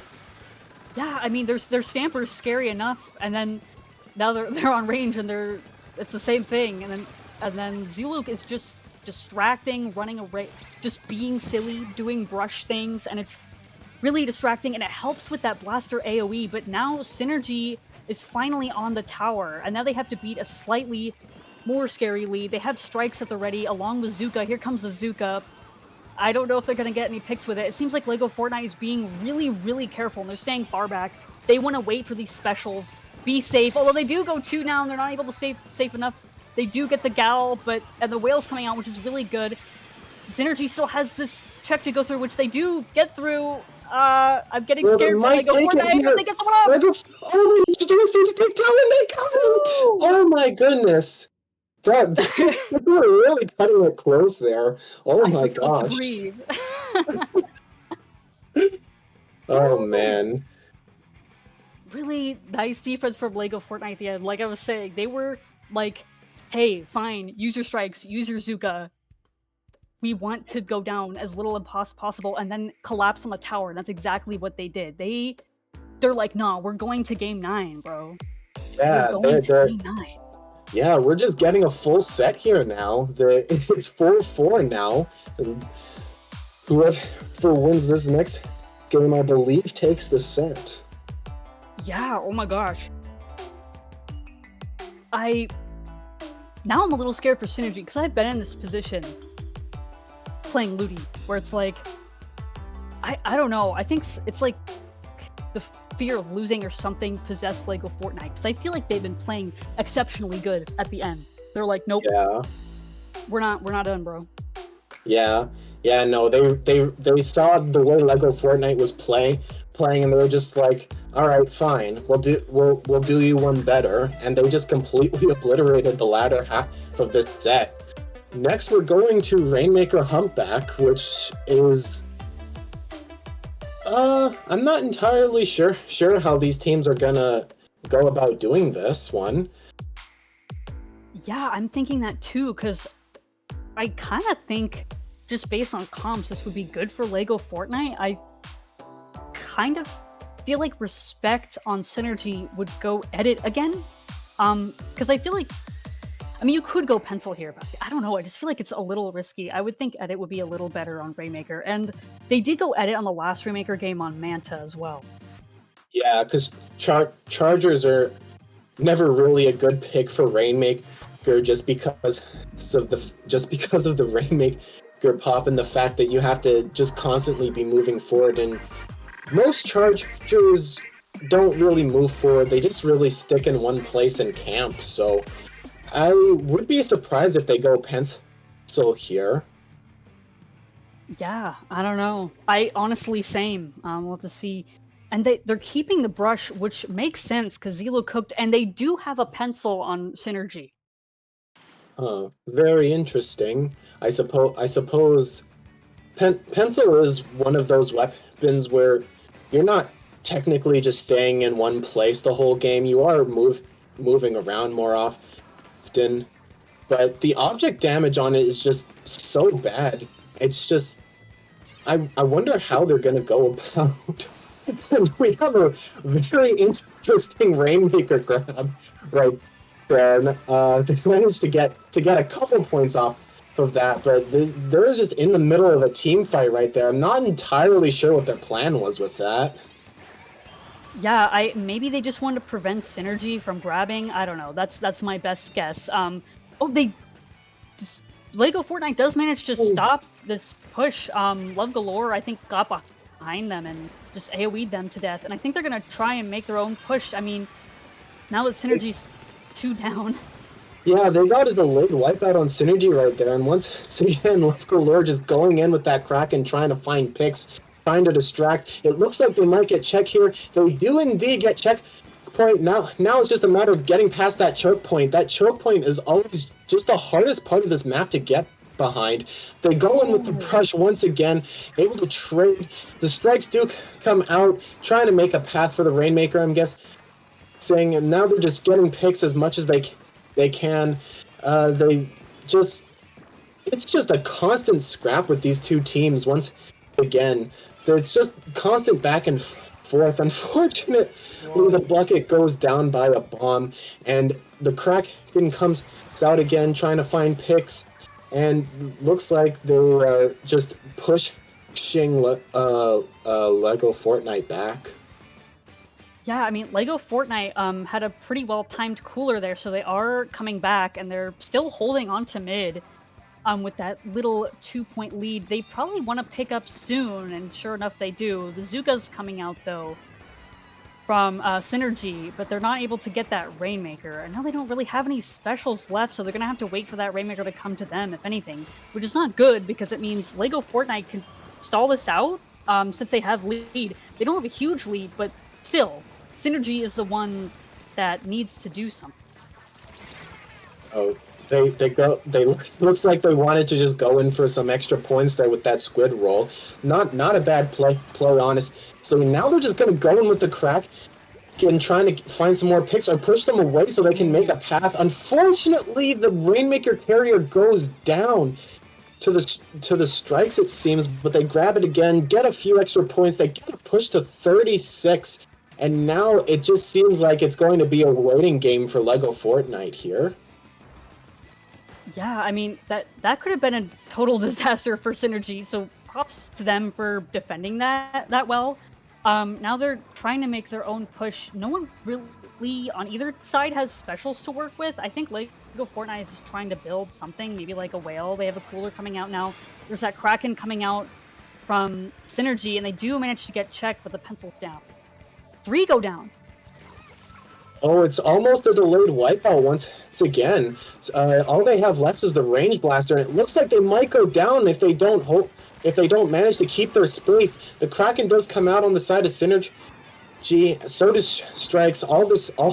They're putting out all the offensive specials right now. The range blaster is just behind them, trying to find picks. Unfortunately, isn't able to find any. The brush is just sitting around trying to shark someone out. They're trying to push Rainmaker. Unfortunately, they're backed in a corner right now, unable to really make a push. And now they're just back where we started, just another stalemate. Oh, Monster gets 2. That's huge. No! Someone clip that! Oh my gosh, that's an insane. That was an insane quad right there. Not a quad. It was a triple, but one of their teammates was able to get the final player, and now it looks like they're just gonna stall out for the rest of the game. They only have like less than 30 seconds left. Yeah, I mean, Synergy just can't get a hold of this Rainmaker. Love Galore is still cooking with range, and now it's just Discreet left on Synergy. And now LEGO Fortnite's like, okay, fine, we'll get points. Yeah, because like if we're gonna go 3 down, we're gonna go in. I mean, there's 10 seconds left. Synergy has to have Rainmaker, but they're 2 down right now. I mean, they just have to pick up out of desperation, but they might just pick up with the Kraken, and they pick off Noob. That's the game. Oh wow, dang! Very, very insane games from throughout this entire set. Like, it seemed like this was going to be a clear-cut win for Synergy, but yeah, Synergy had a really clean start to this set. Like, very secure. I was like, okay, I see where this is going. Admittedly, I thought that. Yeah, I'm just absolutely speechless. Like, LEGO Fortnite really just completely locked in and just completely just stole the set away from Synergy. And the fact that they did those last couple of games with an ink brush too, just like, it's just wow. Like, you wouldn't expect to see something like that used in such high level, but here we are, and that very team won. Yeah, absolutely. I love to see it. You know, they saw an opportunity. They saw that Brush was doing well for them, honestly, and like, okay, we'll just keep it then. And I think it did. It really helped. It really helped Love Galore. I think in particular, like with the AOE, that was really nice for them. So, good call, LEGO Fortnite. That's what Ludi's about, baby. It's about adapting. You got 9 games to adapt, so do it. Yeah, very, very, very awesome games all around. Another awesome Ludi set. Yeah, I think we have another one today. So, I think we should make some room for our new commentators and our new set coming in. Thank you everyone for watching. That was insane. Wow, really fun set to commentate. I have been Tux. I'm gonna plug If you want to check me out, my Twitter is tuxtux67. How about you, Kai? You got anything? Well, I don't have a Twitter because I steer clear of that site. But if you Valid. want to hear more of my voice, I do have a YouTube channel. No, I go by the same name. My handle on YouTube is SonicKai2003. So if you want to hear more of my voice and just hang out with me, consider checking out my channel. I do highlight videos. I stream every Sunday where I hang out with my viewers. Sometimes we play Splatoon, sometimes we chill with other games, and we just generally just have a good time. Nice, awesome. Go check out the YouTube, bro. Yes. But anyway, thank you for having me on and just being just a great commentary partner, Tux. It was a lot of fun. Aw, shucks. Yeah, you were great. Fantastic. Thank you so much. I'm glad.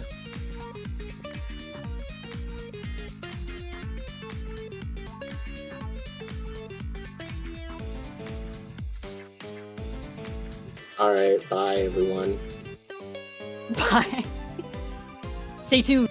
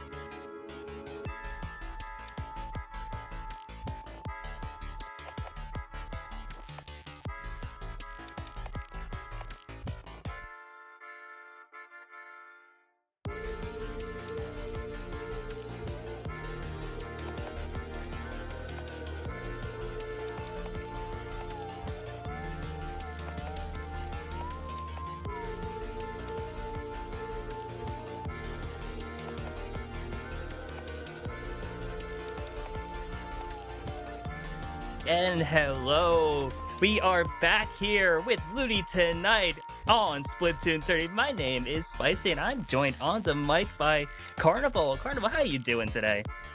I'm doing pretty good. It's a little later for me in the day, Yeah. so lights on, glasses glare, as usual. But I'm excited to see what our teams have for us to offer tonight. Oh, same here. We got Riptide and This Is Fine in all caps. So, one thing here, with it being the first week of Ludi, these teams are really trying to make an impact right away. I know from the side of This Is Fine, you have traditionally an off-meta comp here, like running things like Gluga Dualies, Splattershot Jr., and like I don't they typically opt for no pencil as well. Could be wrong on that. And this is one of the teams I'm looking at this. It's Division 7 Ludi, and I had a feeling they maybe could have went up to D6. So I'm thinking for them, they're really just trying to make a name for themselves here. And I think their goal, not only just winning this match, but also winning the division outright. And on the side of Riptide, they've been in Ludi a couple times, I think, by now. I think they played in Division 8 last season, moving on up into Division 7. So they're here to also just keep climbing the ranks. And that's just what the greatest thing about low div Splatoon. Seeing just not only do you see a lot of creativity in the comps, but you also see a lot of just motivated teams looking to make their name here at Ludi. Absolutely. I do honestly love to see those non-meta comps in the Splatoon scene. It's nice to see, and honestly refreshing to see what everybody else comes up with in the face of so many pencils, so many zaps. It's nice. It's really, really nice to see that some teams, especially in the lower divisions, are willing to stick to those non-meta picks and get so far with them as well. So I'm excited to see how these guys are going to be playing tonight, honestly. Oh yeah, for sure. And like, especially with some of these like creative picks, you're gonna see those really shine on like certain map mode combinations. When we go into the first one, that being Rainmaker Museum, that's a map mode selection, which typically isn't the most common thing on Museum. You'll see it more often for like Clan Blitz, but really in Rainmaker, especially after the rework, I'm going to be really excited to see this. And I love always the dynamic between a comp that's like more traditional. Yes, you have the pencils, you have the Zukas, but then again, putting that up against a comp that's like more so specialized, like the one tricks. You're going to see like those Gluga Dualies, those Splattershot Juniors, those creativity picks. Love to see it, and it really just comes down to like who is playing better on any given day, and that's really what I think it should be coming down to. Absolutely agree with you. My team personally runs a lot of off-meta picks.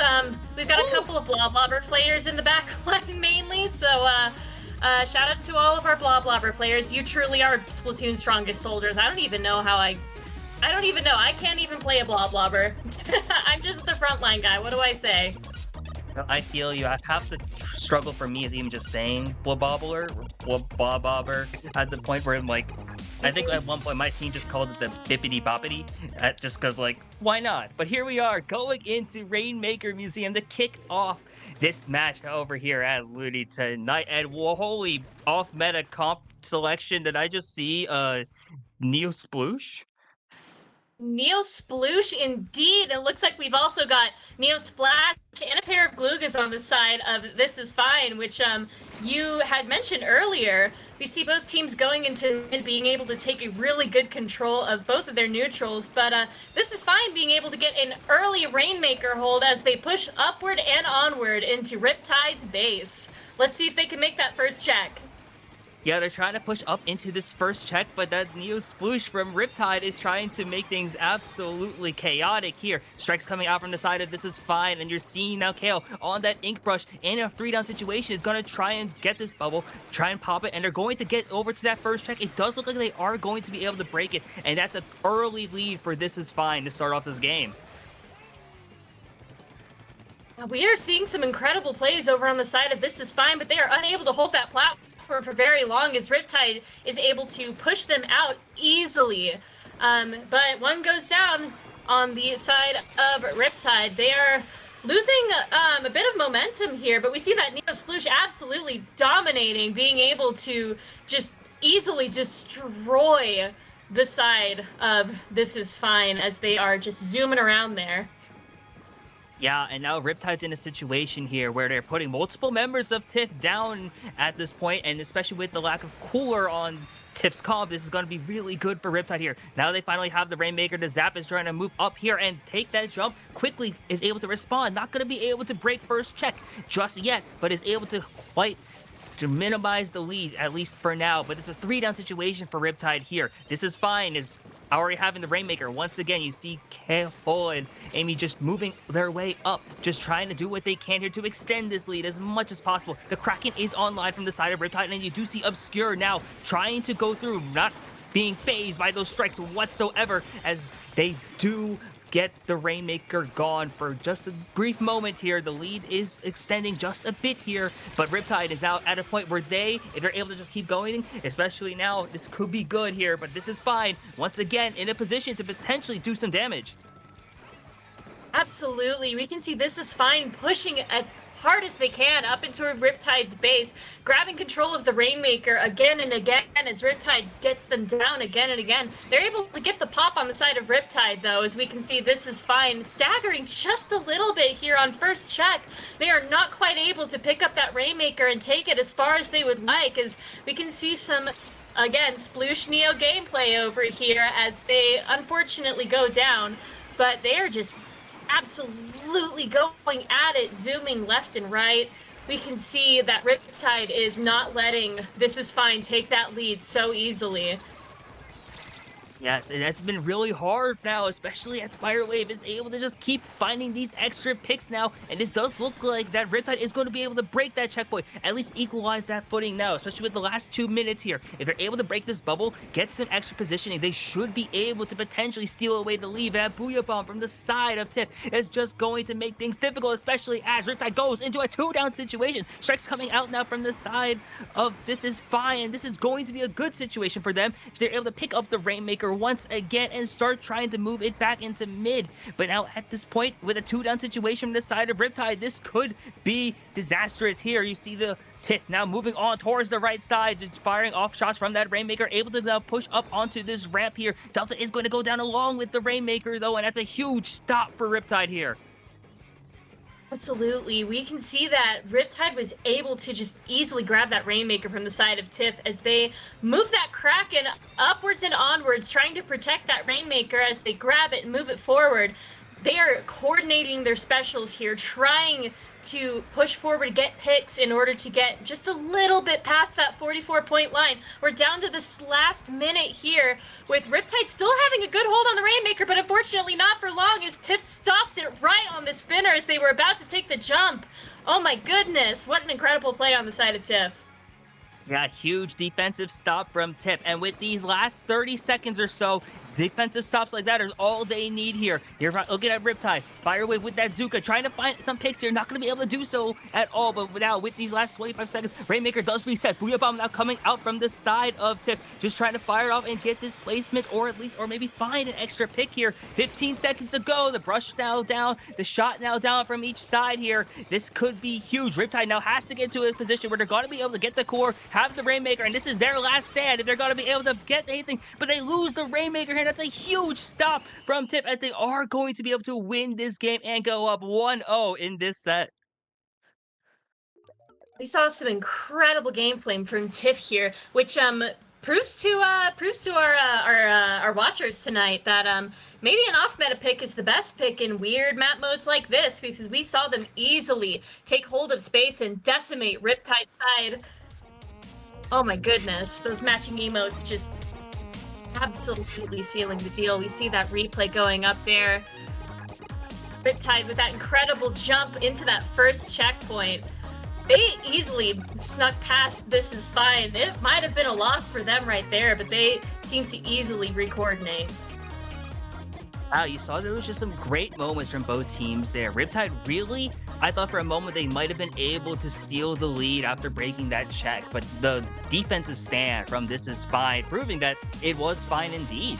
All they had to do was find those extra picks. Now you saw some stuff from Riptide, had some great moments here as well. Saw that double from the side of from one of their shot players. So it's going to be just maybe just piecing a few of those more pieces together, and they should be able to keep this competitive. The great thing about Ludi is that it is best of 9, first to 5. So it's going to be here for in the long run, especially as we are going into Splatzone's Robo Ramen for our game 2.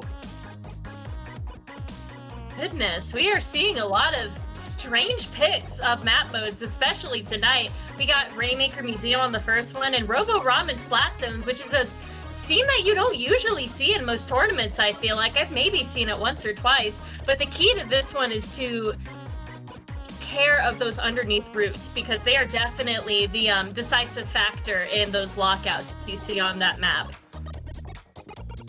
Oh, for sure, yeah. So I like Robo Ramen a lot in zones purely just because I really like a way, especially to play around it here in the front, because like those trenches, just being able to move around, those flanks, just the lot of freedom you have to move is so nice on there, especially on splat zones where there's a lot of ways you can just cheese out that zone. It's a relatively smaller zone. You can just paint over it really quickly, secure it that way. You'll see things like strikes, Booyah Bomb, Reef Slider, all doing potential ways to break through into that zone. And with some of the pocket picks we could potentially be seeing from both teams, we could be in for a really interesting matchup, not only from like the actual playstyles, but just looking at the weapon comps. I'm still stunned that we saw a Neo Sploosh from the team that had quote unquote the more traditional comp, but who knows what we're going to be seeing now brought out in this game too. Let's get right into it. We see that Neo Sploosh coming right back alongside a Junior with a range blaster and a brush on the side of This Is Fine. We've got some weird comps tonight, but honestly, I'm not complaining. They're honestly a lot more fun to commentate than our regular meta picks, I'd say. Oh, I would agree. We get to commentate a Splattershot Junior duel later on here, which is exciting as heck, as Riptide immediately taking control of the zone, and you see Shiro now just trying to build up that bubble, trying to keep themselves alive in order to pop it later on here. That bubble is now going to be placed in the zone now from their side, and now This Is Fine is now playing from the back foot here, trying to do their best to establish a penalty onto Riptide, but Riptide holding strong just for a moment, but Firewave now having to drop down to preserve that Zuka, firing off into mid now, just trying to keep themselves alive as well as take away the control that This Is Fine now has. But now This Is Fine looks like they are going to be able to take the lead here despite losing control early on and now going 3 down. Oh my goodness, that was a really fast 3 down on the side of This Is Fine. Riptide easily able to push back up into that zone, take away the penalty really fast. You can see here they are pushing forward into This Is Fine's base, trying to lock them out. They lost the lead to Riptide though, as Riptide is just absolutely going ham on these poor guys, but not for long. They lose control, but just for a moment, as looks like This Is Fine, my apologies, goes down 2 as Riptide goes back into control. Yeah, Riptide now got to do absolutely everything they can here just to keep this control up. And you see that them forcing a 2 down on This Is Fine is exactly what you want, an aggressive positioning of that bubble. Pushing it up so that their members can have protection as they push up into the enemy spawn is going to be huge. As they keep this pressure going, the points are also going to start ticking off of this zone. And this is looking to be really good for Riptide as they look to potentially put this game away soon. Absolutely, we can see that they are now just barely able to take control from Riptide with that 62-point penalty. This Is Fine might have another chance to get it, but they go 2 down on their side, 2 down on Riptide's side as well, so don't count them out of this just yet. We can see that it is just an absolute bloodbath in mid as the teams are fighting each other for control, trying to get those penalties to tick down a little bit more, but unfortunately This Is Fine loses control, and Riptide is easily able to take back that zone with that paint. Yeah, Riptide now just has to work their way through this penalty, but the way they've been playing earlier, I would not be surprised if they're able to do that just now. But you see, This Is Fine popping that whale here, just trying to do anything they can to get back into the zone, work through this lead that they have to go through now. They have control of it here, despite losing a couple of members, but that zone is going to quickly flip back and forth now. Riptide, see Obscure finding a huge pick in mid now with that E-leader, and that is going to be very good for them as they are trying to establish more positioning and get control of this zone again. But instead, this is fine. Responds, gets another 2-down situation here, and Delta now just trying to find these extra picks here in those trenches, trying to force out some things, and they are going to do that. It's another 2-down situation for Riptide. Absolutely. We can see Delta going absolutely ham on the side of Riptide with that range blaster in the zone. They are not to be messed with, but unfortunately they seem to go down to Firewave. Firewave got that Zook out, but unable to get 3 of those shots as they go down to the Ink Brush. But this is fine, is once again 2 down. Riptide has the control. They're starting to work through that penalty once again. It has just been an absolute back and forth sort of match this time around.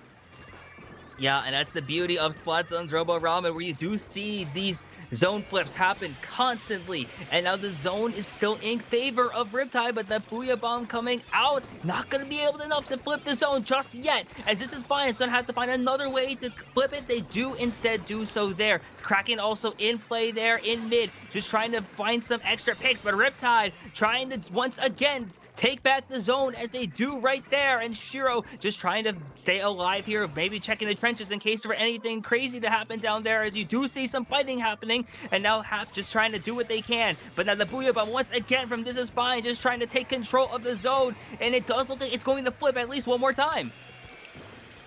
Absolutely. Riptide needs to get their paint in the zone as fast as they possibly can. Otherwise, we might see an overtime here, and we might see a flip from This Is Fine taking the lead from Riptide. Riptide goes 3 down, as we can see This Is Fine moving up forward, trying to get through that barrier as much as they possibly can. The points begin to tick down. We have less than 15 seconds left in the match. Are they going to be able to hold it all the way? This Is Fine goes 2 down. Riptide takes control once again of the zone in the last 5 seconds, and it looks like they might just be the winner of this Robo Ramen Splatstones match.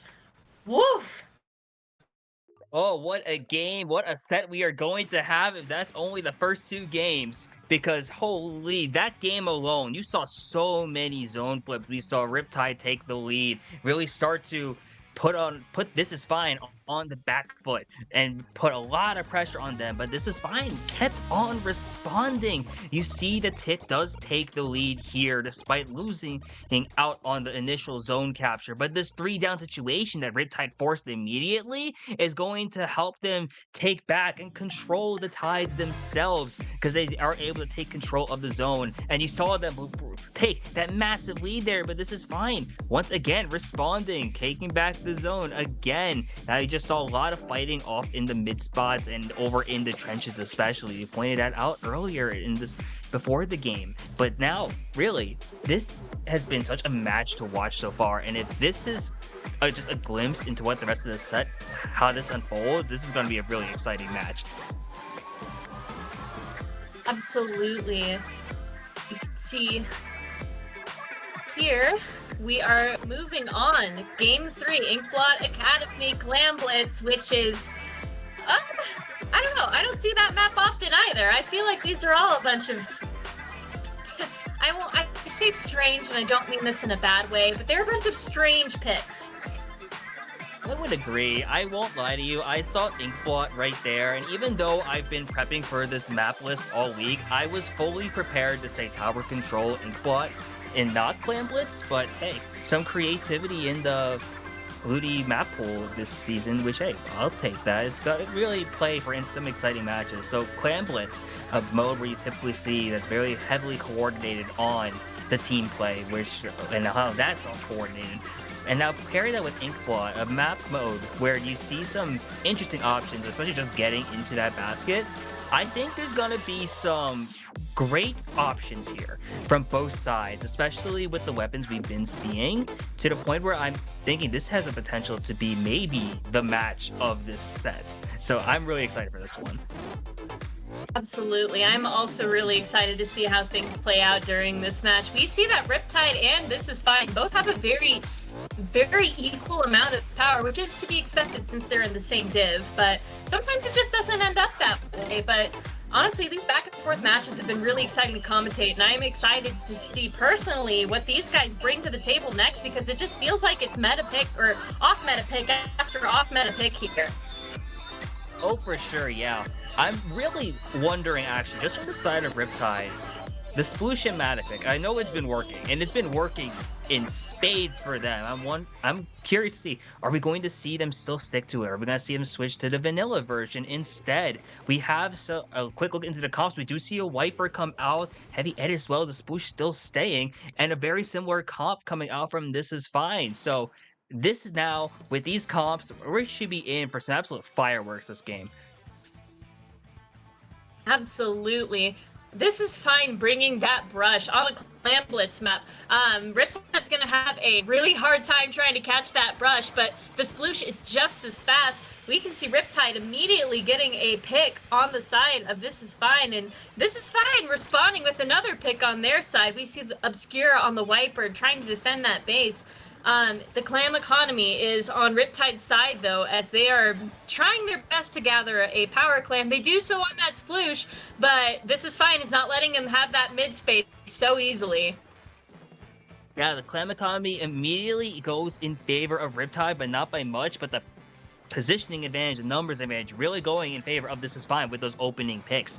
And now this is really important here, just establishing your footing in this neutral game here. You see a lot of the paint is orange and then blue in certain parts, and there's just been a lot of back and forth here. The clan economy has swayed in favor of Riptide. Their shot having the power clan in play now, and you see with some specials online coming out, that Killer Whale especially now coming up on the side of Riptide. This could be a way for them to move out. Firewave now trying to paint up, and they are going to be able to sneak on through past that Booyah Bomb and get into that basket, get those first opening points here. But I don't know if there's going to be much able to follow up there, as you saw a quick multiple down situation, and the basket's going to close, and This Is Fine with a strong defensive hold despite losing out on that first score.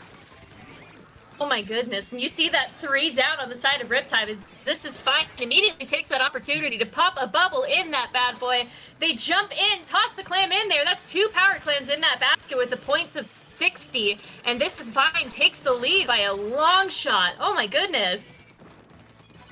Yeah, and that basket is just going to close now, but being able to get 2 power clamps in there was huge for them. Firewave now has the Zuka online in case they want to make a push here. The Wiper now having that power clamp ready as well for the side of Riptide. Zuka firing the shots now from their left side. Not going to be able to find one pick. Instead, gets one onto Delta, and that's a huge pick right there for Riptide, as they're going to be able to try and make their way up. They have 2 specials online, a Hammer and the Killer Whale from their side. If they want to make a move, they could, but now you see that Kale also has something here for This Is Fine. So really, both these teams are now trying to maneuver around, trying to just find some positioning, find that opening, find those picks, and then they'll be able to make a move that's going to be huge from either side here. As you see multiple down from the side of This Is Fine, Riptide looks to make something happen, but what a huge pick from This Is Fine instead, and Riptide is now having to force their way back, trying to figure something out instead, as now while they have 2 power clams, this has been a while since we last seen the score, and this is going to come down to the wire.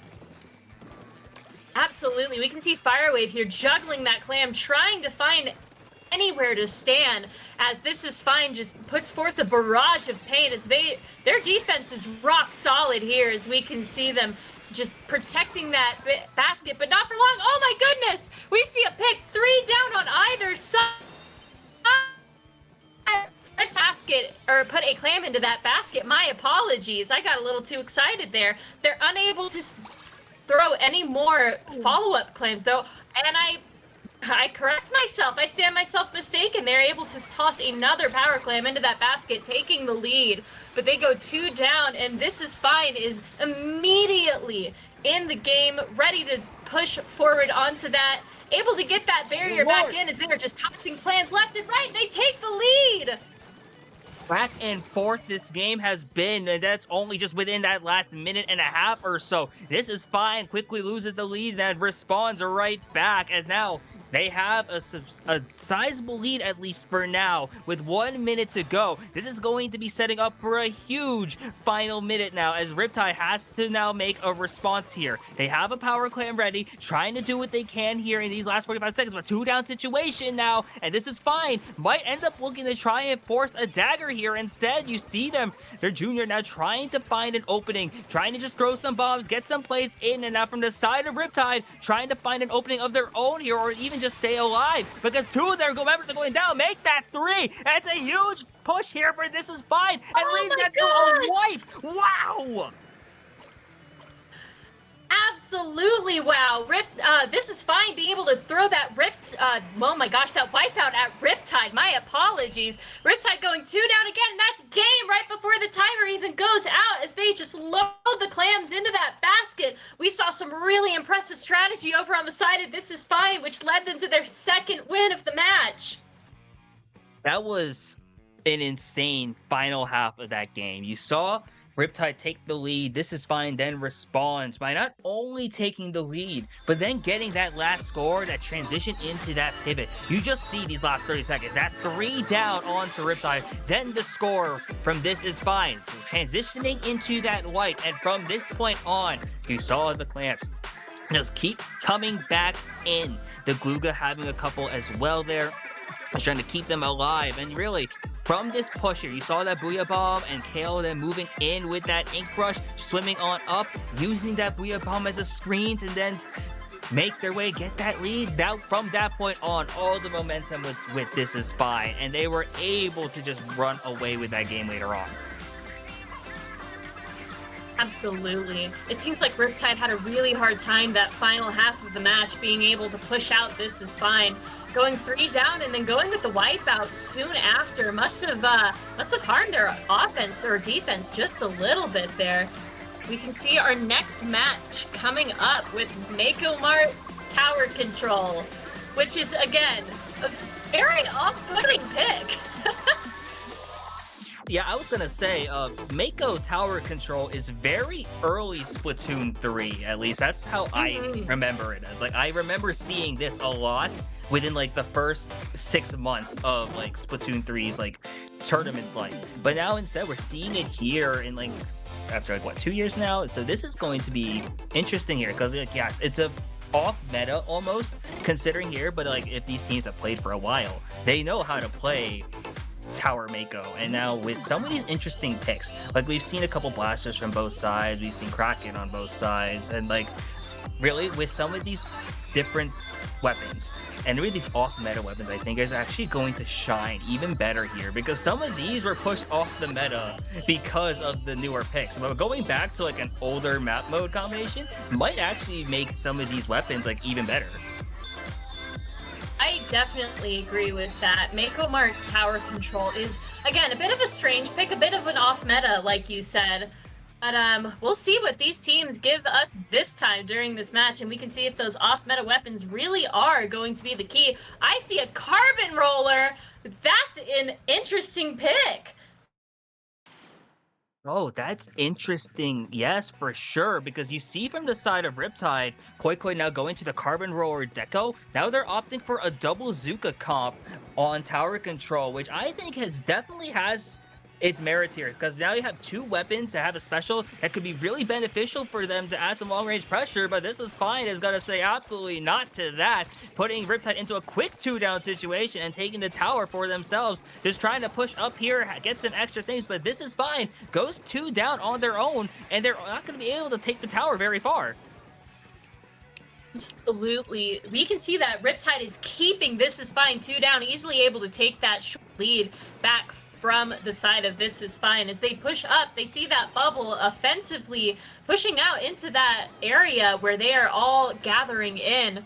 Riptide easily being able to ride that tower all the way to checkpoint 1. We see the Zipcaster, though, unable to make any sort of progress as Riptide once again takes the tower and tries once again to get that checkpoint 1 into theirs. Yeah, Riptide just wasn't able to crack that first checkpoint, and now This Is Fine trying to break that first checkpoint of their own here. Now finally being able to get to this point. This could be big. They are able to take the lead here, but Koi with that weapon switch able to get that splat onto Kale, and that's big for them. This Is Fine does take the lead here, does go 2 down in the process though. And now one of the Zukas is online. You see Koi having it, just sharking around on that right side, trying to find an extra pick here or 2. before making a huge move that could potentially sway this game. Now, Koikoi trying to find this pick onto their store, but not going to be able to do so, as I think that is Delta who is able to win that 1v1, and this tower has still remained in neutral for the past few 20 seconds or so. Neither team being able to make a move until This Is Fine is going to take the tower for themselves, but that Kraken from Riptide maybe going to put a dent in their plans, or This Is Fine is going to be able to keep this tower going. Oh, we can see that Carbon Roller trying to take that tower away from This Is Fine, but oh my gosh, Riptide going 3 down as This Is Fine is able to take that tower once again, going to ride it all the way past checkpoint 1, I'm pretty sure. We can see that Carbon Roller sharking though. It might be too late for that shot who goes down to the Carbon, but it's 2 down on the side of Riptide. They're past checkpoint 1 though, and it's a 2v2 game. A 2v2 game, and at this point, the lead hasn't been massive for either team. Riptide now keeping This Is Fine held at the 68, and the Riptide now Firewave having that Zuka online potentially to keep some extra pressure on here. And Riptide's gonna need that if they want to make a chance to take this lead, because now with 2 minutes or so about to be here, they have a lot of time still, but it's gonna start ticking very soon. Now, the tower still in mid. The Booyah Bomb coming out from This Is Fine. It is going to find a pick here onto the Junior. And the Guga Dualies, we haven't talked much about Jam, but Jam has been playing very well here and has been able to help This Is Fine take control of the tower once again. And this is going to be huge if they're going to be able to keep this tower going further. Absolutely. Jam is absolutely destroying with those Guga Dualies, being easily able to take a pick after a pick. We see they go 2 down on the side of Riptide, 3 down on the side of Riptide, but 2 on the side of This Is Fine. There's not many players left on the field, only 2 left. As we can see that Zuka and that Carbonal are absolutely destroying Riptide here, being able to shark easily through those corners and spaces of Mako Mart. Yeah, and we're approaching these last like 75 seconds or so. Firewave having the Zuka online for Riptide as they finally get another push going. They still have to break through that first check, and Firewave finding a huge pick there is going to be very big if they're going to be able to keep this momentum going. The tower is going to be lost though. The Zuka does get an assist in the process though, trying to find one extra shot there, not going to be able to do so. 2 down for This Is Fine, and another shot this time from Koikoi, trying to keep this tower going as they get some long range pressure, but they get flight on the right side, and that's huge as This Is Fine is able to get a defensive stop here with 40 seconds to go. Absolutely. We can see This Is Fine just taking a good control of these defensive sides, being able to keep Riptide 2 down, but not for long. It's Riptide retorts with a 3 down for This Is Fine. They take control of the tower once again, as we can see Koikoi going up here, sharking, trying their best to get a pick on anything. They're past checkpoint 1 here. There's less than 30 seconds left. Let's see if they're able to get that past the 59 second. It's so close. Oh my gosh. Oh my gosh, so close indeed. It's a 1-up on each on side here, and this is close. It's got to be a matter who takes the tower, and it's a huge wipe, and that's going to lead to Riptide taking the lead and stealing the game here in Game 4, equalizing the set at 2 apiece. Here we go. We got a set tonight. That was some incredible gameplay over on the side of Riptide, with Koikoi easily able to wipe the floor with This Is Fine, utilizing Mako Mart's corners and all of the little barriers in between. We can see Kale here as taking the tower with those last couple of seconds left, as we see that huge wipeout, and Riptide being able to easily ride that tower to victory with the rest of This Is Fine down. Honestly, one of those times where you really want a cooler handy. That is so true. Yeah, This Is Fine has been playing without a core this entire time, and they've been playing well without it. But at one of those situations where you would really want that, like especially the quick respawn in, where you're once you die, you basically come right back, especially with all your special meters saved up. But now we're coming down to what was after a really intense Game 4. Almost every game here has pretty much been like down to the wire, and we have still at most 5 games left here going into Rainmaker Manta Maria. Not exactly the most common thing, but I feel like as we go on, we see these map modes become a little more common, I think. Now, this is still not exactly the most common map mode selection, and it does open up for a lot of potential craziness here, but I think that's I'm all for it. I'm going to write up a apology letter to Ludi staff for this map pool because it's been producing amazing matches, at least to watch. So I'm happy about this, for at least from a spectator commentator point of view. From a spectator commentator point of view, it's really, really refreshing to see those off-meta map mode picks, especially when they're not in a lot of tournaments nowadays, to be honest with you. Rainmaker on Manta Maria is one of the ones that is honestly my personal bane of existence. I have been victimized by that little checkpoint on the right a little too many times, but hopefully these off-meta picks will be able to easily push past the aforementioned Manta Maria Hell Zone from the checkpoint all the way down to the goal, which is kind of hard to push past if you don't know what you're doing, honestly. Oh, for sure. Yeah, that right after the checkpoint is one of the most difficult places to break through and get a knockout here. And if you've been looking at how these games have been going, we haven't seen a lot of knockouts pretty much. So this is going to be a very, I want to say, defensive game, which is going to be interesting because you look at what the weapons we've been seeing, not exactly weapons you would typically associate with that kind of defensive play. Like Sploosh-O-Matic, you typically don't associate with like a defensive play at all, but here we are. It's going to be now at the forefront of like their defense here for Riptide. So that's going to make things interesting here, especially because game 5, this is the halfway point of the set and we're tied at 2 apiece. Whoever wins this next game is going to be having some momentum, and momentum might be all that they need here in the set. Absolutely. It's honestly been impressive how they're able to keep that defensive plays, even with those off-meta picks. Speaking of off-meta picks, let's see what we've got here. I spy with my little eye a Decavitator, the Neo Sploosh, and Glugas and Neo Splash on the side of This Is Fine. Some very odd picks here. Yeah, at this point, we've been seeing these multiple times, but it still hasn't processed in my mind that I am still watching a Neo Sploosh paired with the Minty Cavitator, and I'm still watching a Glugas as well as the Neo Splash on the other side. Both these teams now just trying to do what they can to win out in mid, get that paint control, and especially get any kind of opening. You're watching both these sides, especially trying to look at those flanks, that right side checkpoint in case any team wants to be sneaky with that. Riptide does force a 3-down situation onto This Is Fine, and they are going to push left checkpoint, has the Tacticooler on hand there as well, and that's going to be able to get through and break that first checkpoint on the left side. Now that Hell Zone down there after this is going to be hard to break through, but This Is Fine now has to figure out a response. A huge pick from Firewave to get that there, especially now as they have this Rainmaker that's going to keep going to the 30. Absolutely. They just moved that Rainmaker from checkpoint all the way to the end of the Hell Zone. With This Is Fine, not letting them go in there just that easily. We see that Rainmaker go down. It's a wipeout on the side of Riptide. This is Fine's chance in order to get that Rainmaker up and out of their base, and hopefully towards that checkpoint. But we saw that those coolers meant Riptide is coming right back. Yeah, Tacticooler being meta for a reason shows right there for Riptide, as now they go 2 down once again, 3 down once again from the side of Riptide. This Is Fine is going to respond here, having a Booyah Bomb online as well as a Killer Whale from that Ink Brush. You're going to see if they're going to be able to break through that first checkpoint, and the Booyah Bomb isn't going to be able to do much here, at least in terms of being able to give extra paint towards that side. Kale now trying to find an opening here as for their fate, but they get splatted out by that Suction Bomb. Jam now trying to stay alive as they make their way towards that checkpoint on the left side. Instead, gets splatted out up top there, and that's a huge stop for Riptide.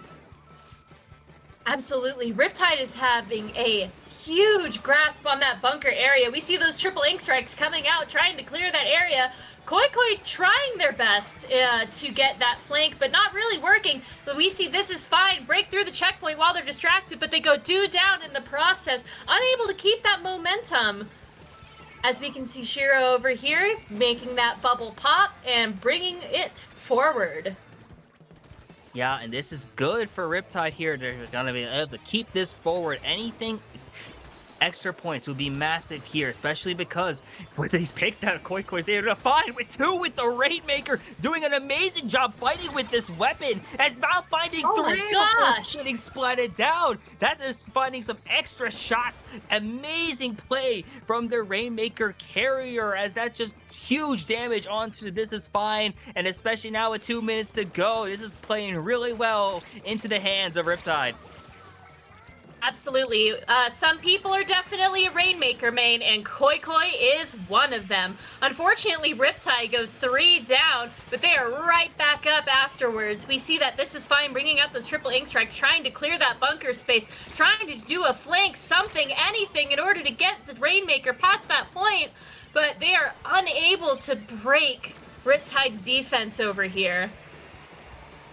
Yeah, and Riptide's defense is doing everything they can here. Kale now having to figure out a way to move themselves up. Now they have the Rainmaker now able to try and fire off some shots, basically warning shots, just trying to find anything here, whether it be paint or maybe a stray pick. Obscure now with that bubble on that mint decapitator could help out here on the defensive side. It is, see the bubble is perched up there. 2 down from the side of This Is Fine. Make that 2 down now on the side of Riptide as well. This final minute is huge, as you see that now This Is Fine is finally starting to get a chance to move themselves up, but they are having a hard time breaking through here. But now they're going to be able to maybe finally get past this where they were earlier, and now Arab is able to start taking away at these points, and you see them just break on through, and that's a huge lead. An incredible movement gameplay over here on the side of This Is Fine, able to take that lead easily within the last minute. They are pushing up into their base, trying to get that wipeout. They go 2 down. Riptide easily able to eradicate. They move it a little bit further, though. They are down to 7 points away from goal. I'm not sure that Riptide is going to be able to bring it back from this with only 20 seconds left. Wow, Riptide has a lot to work through here. 15 seconds to go in regulation. They have to make sure they don't get splatted out as well. Tactical are online for them as they're going to try and mount what is going to be a very difficult comeback to break it all the way to the 6th. You see a couple specials on the side are online for the side of This Is Fine. Firewave now trying to do what they can to keep themselves alive here. Now they have an overtime situation, now just trying to protect the Rainmaker as much as possible here. Suka being fired out from Firewave. Not going to be able to find any picks just yet, but there's a 2-down situation on it. This Is Fine, and now this is going to be a very chaotic situation. We are back into mid. Obscure using the right side here is maybe going to be able to break on through, firing off another Rainmaker shot, trying to work their way through the bomb past the 21, but they get stopped there, and that's a huge win for This Is Fine. We saw This Is Fine being able to easily barricade Riptide from getting into that goalpost with some incredible movement on the side of This Is Fine as well, being able to push that Rainmaker past the Hell Zone all the way to the base of the pedestal, getting them their 3rd win of the match. Wow, I was holding my breath the entire time during that one. I don't even know. After we saw Koi with these getting 3 picks with this Rainmaker, and after this I thought Riptide was basically, they just were playing so hot at that point that there's no shot they lose this, especially because after you mentioned it so many times before the game, that's a Hell Zone after that first checkpoint. It's so hard to break through, but then you saw This Is Fine work their way through it with some amazing movement. And I remember the squid roll to pick up the Rainmaker and then move it towards the final podium. That could have just basically sealed the game. What a game. The aforementioned squid roll here, they are able to sneak right past Shiro just enough to get that lead going. And it really shows. Sometimes you just need a couple of seconds in order to turn the tides on an unfortunate game. Yeah, that was... Oh my gosh. And my favorite thing now about Ludi is that we have a best of 9 set, so we still have a few more games left to go. We're going into Hagglefish Zones, which I think traditionally might be the most traditional map mode we've seen so far, which will make things interesting for both these teams who are probably very comfortable on this.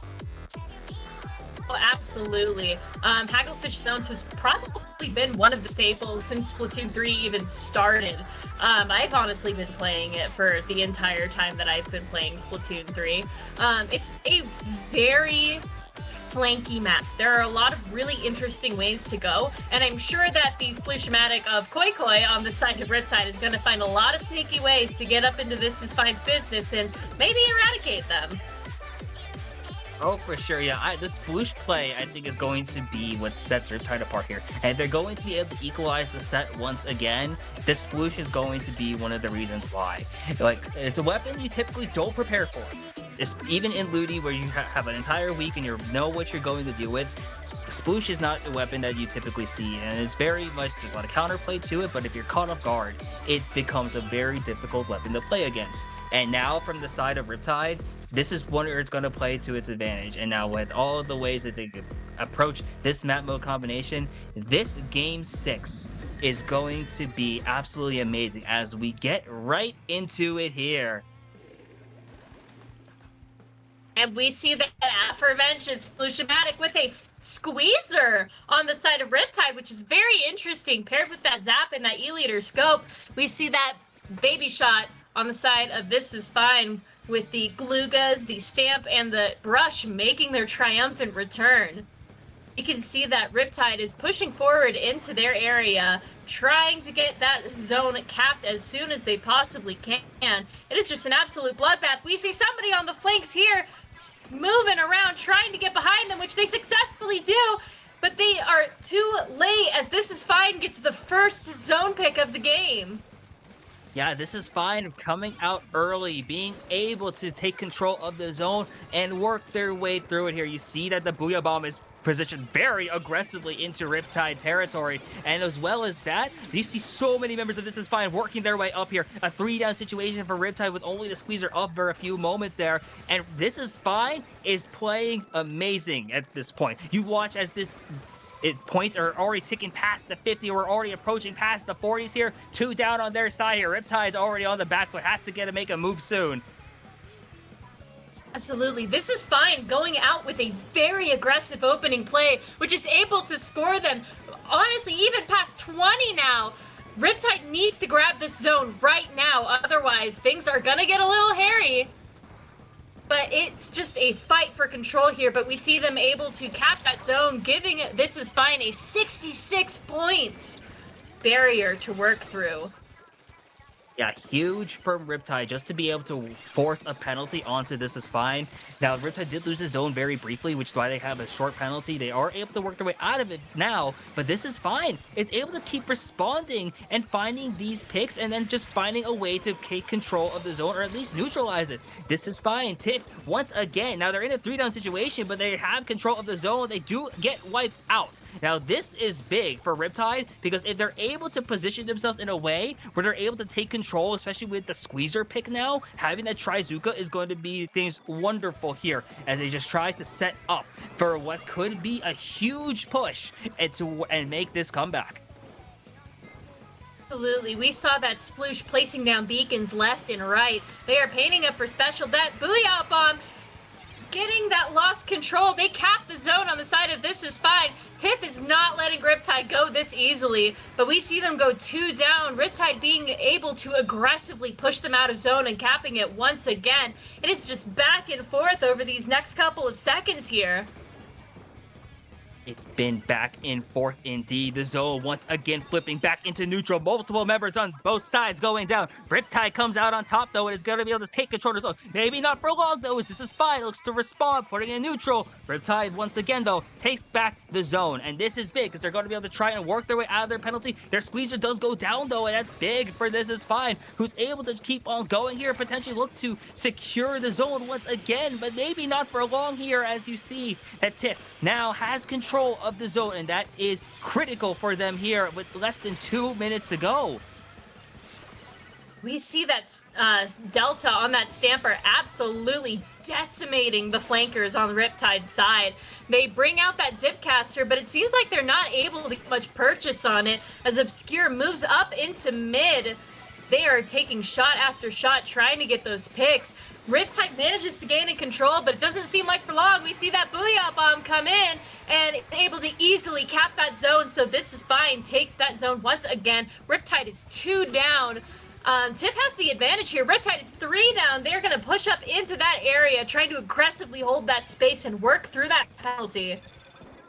Yeah, and with 1 minute to go, this is fine. Just needs to have the resources to either secure this knockout, which looks like they are positioned to maybe do so, or at least have the resources to defend this zone in case of a potential Riptide push. You see the whales coming out, the laser, the Zuko firing out some shots, getting able to get some extra distance and extra paint as well as Riptide once again forces a penalty, and Shiro once again finding these picks onto members of This Is Fine before going down at this point. 2 down from the side of Tiff here as Riptide once again has control of the zone. These last 30 seconds of regulation could make things interesting as Riptide has now worked their way out of their penalty.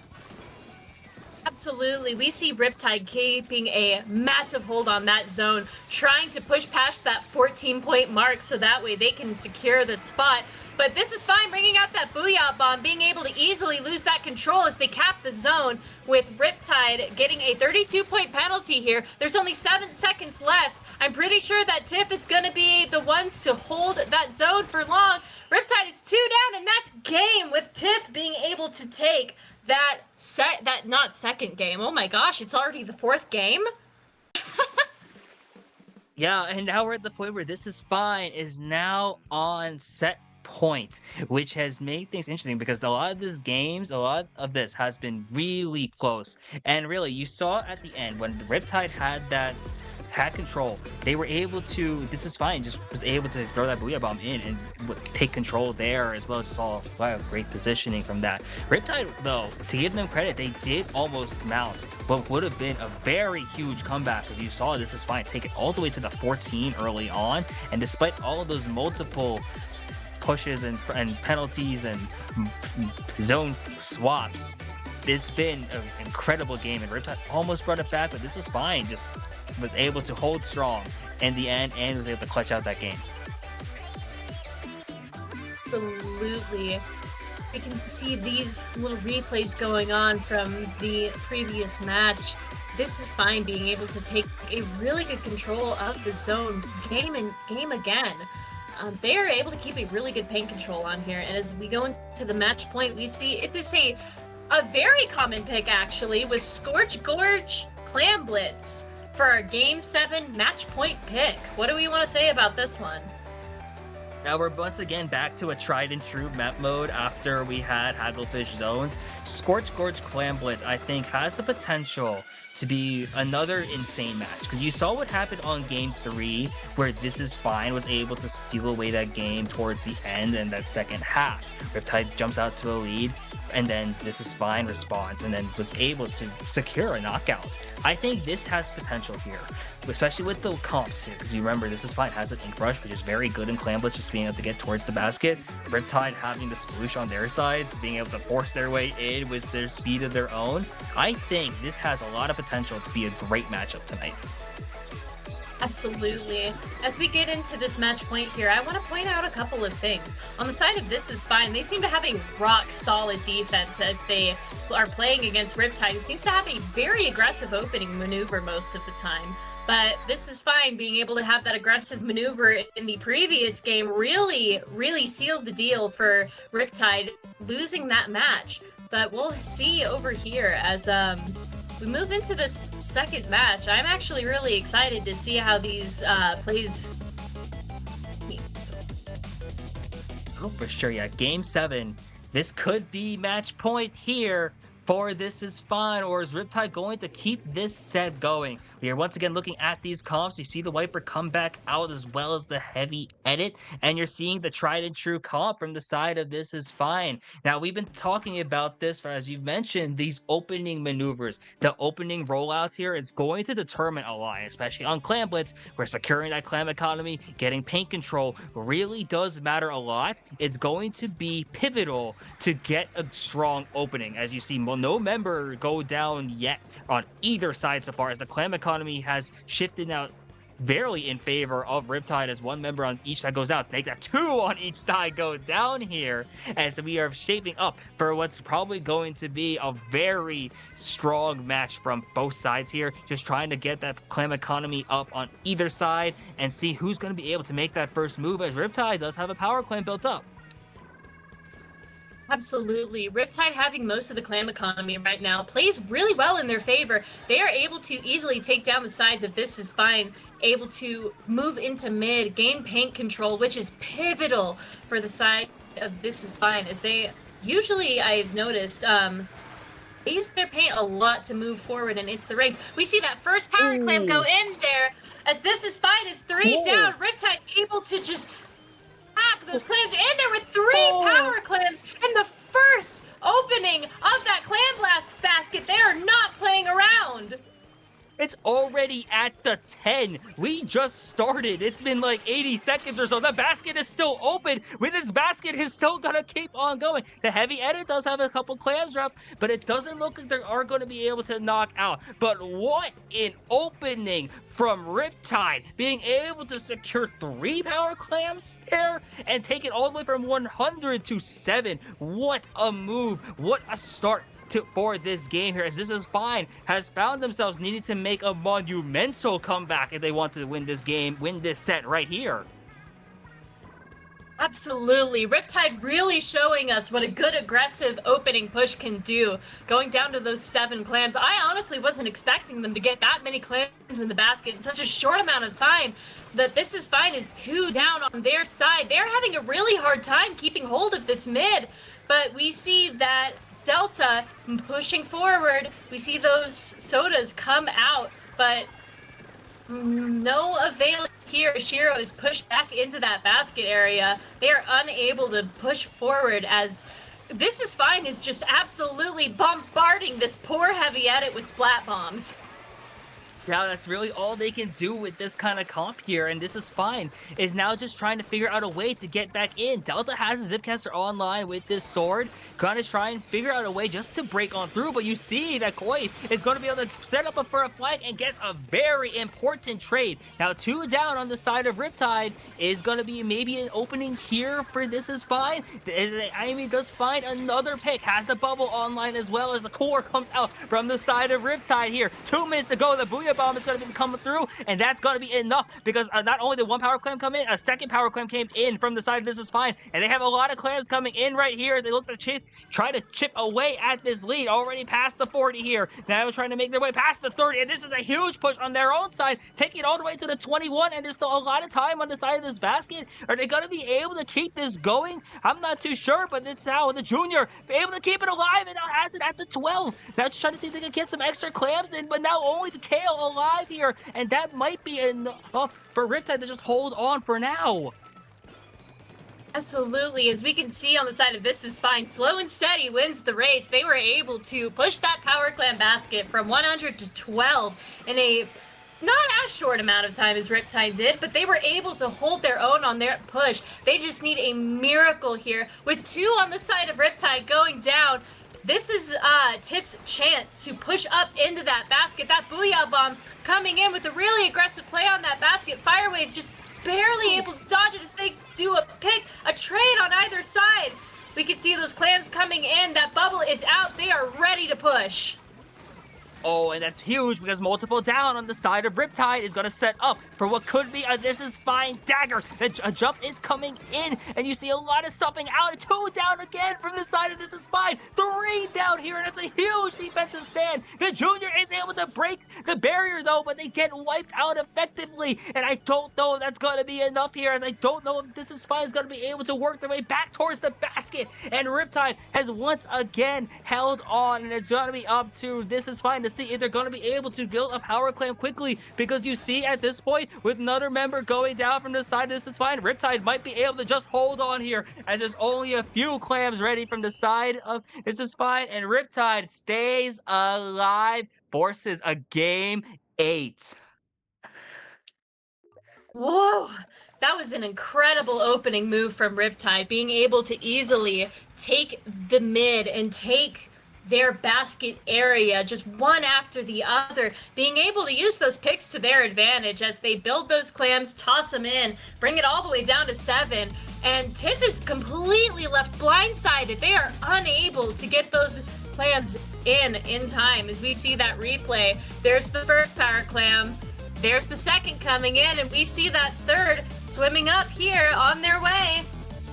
with that third power clam going in, that fate is sealed on the side of Tiff. But here we can see Tiff's retaliation push as they are able to get a decent amount of power clams in and able to tick down the timer significantly, going all the way down to 12 from what is honestly the of a push. Push of the century. Honestly, yeah, we had 2 contenders already for like push of the year, push of the century, and that was only within the same game. That wasn't even the deciding game. I am stunned. What after we saw that huge push from Riptide, I knew This Is Fine was going to be able to get something else going. I didn't think they were going to be able to take it from 100 to 12, and you just saw all those clams come in towards the end, and now here we are. We have a game 8 on Undertow tower control.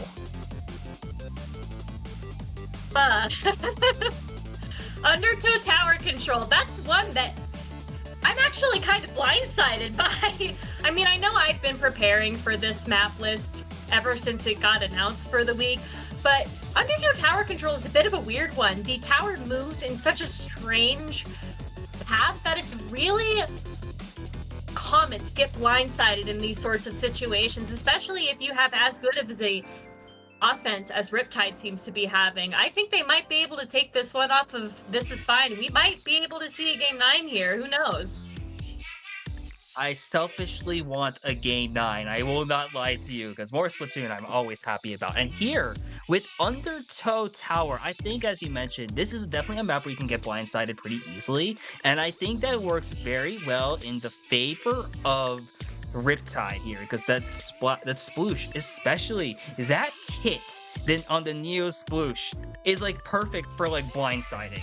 And I think this is with the playstyle they've had, I think this could be an amazing matchup. And I think what it's really going to come down to, as it's been for the last few games, who gets that first opening push and who is able to make the most out of that opening. Because if we just seen some explosive stuff from both sides, who knows what we're going to be in store for here on Undertow for game 8. You see that Splatana Wiper coming back alongside that Neo Sploosh and that Headed. Olympics, the same comp on the side of Tiff.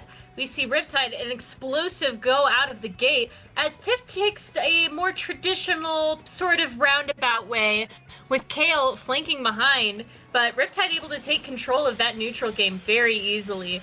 We can see Kale trying to push up as they are zipping and zooming, able to get 1 down and 2 down on the side of Riptide as Tiff is able to easily pop a bubble on that tower, take that tower and ride it until they go 2 down, and Riptide is once again in control of that tower area. Yeah, Riptide now going to be able to try and secure past this first checkpoint, which would be decent for them, but it once again halted at the 91, just like This Is Fine. Riptide actually does take control of the lead very shortly here, able to add on a couple extra points, as This Is Fine is now once again back at first check, gonna be able to not take the lead actually, as Riptide steals it, and multiple down from the side of This Is Fine is held in favor for them, and now we are stuck between the first 12 points within this first like 80 seconds or so, and not much has happened except Riptide is going to try and break through here, get past this point, and they are finally past that first checkpoint, and we're going to see how much farther they're going to be able to keep on going, especially with that tactical war available for them. See that stamp coming out, being easily able to take that choke point, use it to their advantage as they are able to stay on that tower. They are moving there. Unfortunately, they go down. That triple bomb combo you can see there, as This Is Fine able to easily take that tower back. Riptide is still 2 down. They do not have the advantage state here, as This Is Fine is easily able to push that tower to checkpoint 1. Yeah, they're at checkpoint 1. Once again, they should be able to break it here finally, and that is going to be big for them here, especially because they have the bubble online and on the tower, able to tack on some extra points here despite going 2 down. And now the Zuko from Firewave once again trying to add that extra long range pressure. Not gonna be able to find any picks though in this process. And now Riptide once again with the tower pushing it into This Is Fine territory before losing it as it goes back into mid and regaining it here. They have the cooler online, but 2 members go down, and this is going to transition into This Is Fine being able to once again take back the tower and try to mount the comeback here. You can see Delta keeping Riptide at bay in their spawn. That Booyah Bomb taking a rather aggressive approach, as we can see that Sploosh-O-Matic zipping and zooming, coming right behind the tower. That whale is out. They are at checkpoint 2, though, and they lost the lead to Tiff, with just barely Tiff able to push that tower. They are escaping as fast as their little squid hearts can go. Oh my goodness, it was a little scary there for a second there. I thought for sure we were going to see a wipeout.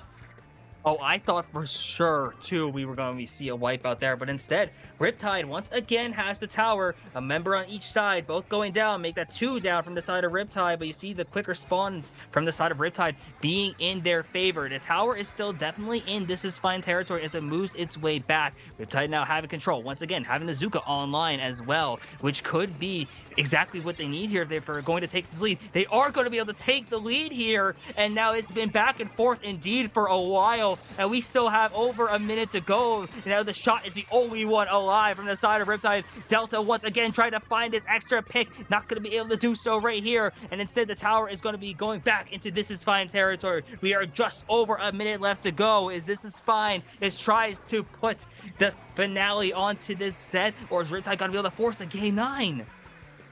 We see Riptide go 3 down just now, as This Is Fine is riding that tower to that second checkpoint. They're trying their best to hold on. They lost the tower, they took the tower. We see Riptide just absolutely struggling to take that tower from This Is Fine, as Delta just going absolutely ham on this poor soul up in the bats. We see This Is Fine go 3 down, though. Wipeout, Riptide able to take that tower, move forward into that territory. They are not letting go of that game that easily. Oh my gosh, we are down to the last 30 seconds, and look at how many specials are online from the side of Riptide. They have the cooler up, the hammer is now pushing up, the Zuka is finding some extra pressure as well, and now with 2 down here, this is big, because Riptide adds a little bit extra points to this lead, and now with 10 seconds to go, Riptide, if they're able to hold on here, could be forcing a game 9 here on Looney tonight. They have the tower once again, and that's a 1, and we are going to Game 9! Let's go! That was some incredible plays on the time of Riptide there, with that wipeout at the end, being able to secure them that win. It's 4-4. We're going to Game 9 on our triple header tonight. This is Fine, losing their momentum a little bit there, but we'll see. It's honestly pretty stacked evenly here. We can see the side of This Is Fine losing the lead. Firewave just able to go one after the other, taking pick after pick here with some incredible plays on the side of them, defense and offense. I am at a loss for words for what we have seen in this set alone on this triple header on SplatoonTourney for Looney tonight. We have seen just some amazing games from every team here, and this set has been absolutely insane. You just saw so much. I thought This Is Fine was going to be able to take the lead at the end there, but Riptide holds strong at that last defensive stand, and then that huge wipe at the end was everything they needed. And oh my lord, this game, I don't even know anymore. I am also at a loss for words for what we've just seen. All of the specials coming out in the end really helped Riptide secure that 4th game. We're moving on to everyone's favorite, Humpback Pump Track Rainmaker, which has become much of a staple of tournaments recently. Ever since Humpback Pump Track was introduced, we've seen a lot of tournaments being played with Rainmaker on there. It's honestly not a bad map. There are a lot of really interesting ways that you can go, a lot of choke points involved with the checkpoints themselves. Sort of a Manta Maria Maker situation. Try saying that 5 times fast. I'm honestly, my blood feels like it's rushing to my head. I'm honestly excited to see what's gonna happen here. Yeah, my blood is rushing to my head as well. Oh my lord, the fact that we're going to Rainmaker Humpback, map mode combination, which, yes, it's seen a lot of tournament play recently, but this I think has also one of the more exciting maps. And also going in a game 9 situation where week 1 Ludi, you want to start off strong. Both these teams have so much on the line for them. I think with the momentum might be in Riptide's favor for now, but who knows? Because the Rainmaker games have gone in favor of Tiff. So I have no prediction for what we're about to see in this game 9, as it looks like we are about to finally go into this in the final game of our stream for tonight. Let's see what these two teams, who have been incredible thus far, have to offer for us. Looks like same comp on the side of Riptide, same comp on the side of Tiff, except, are those the new Glugas I see?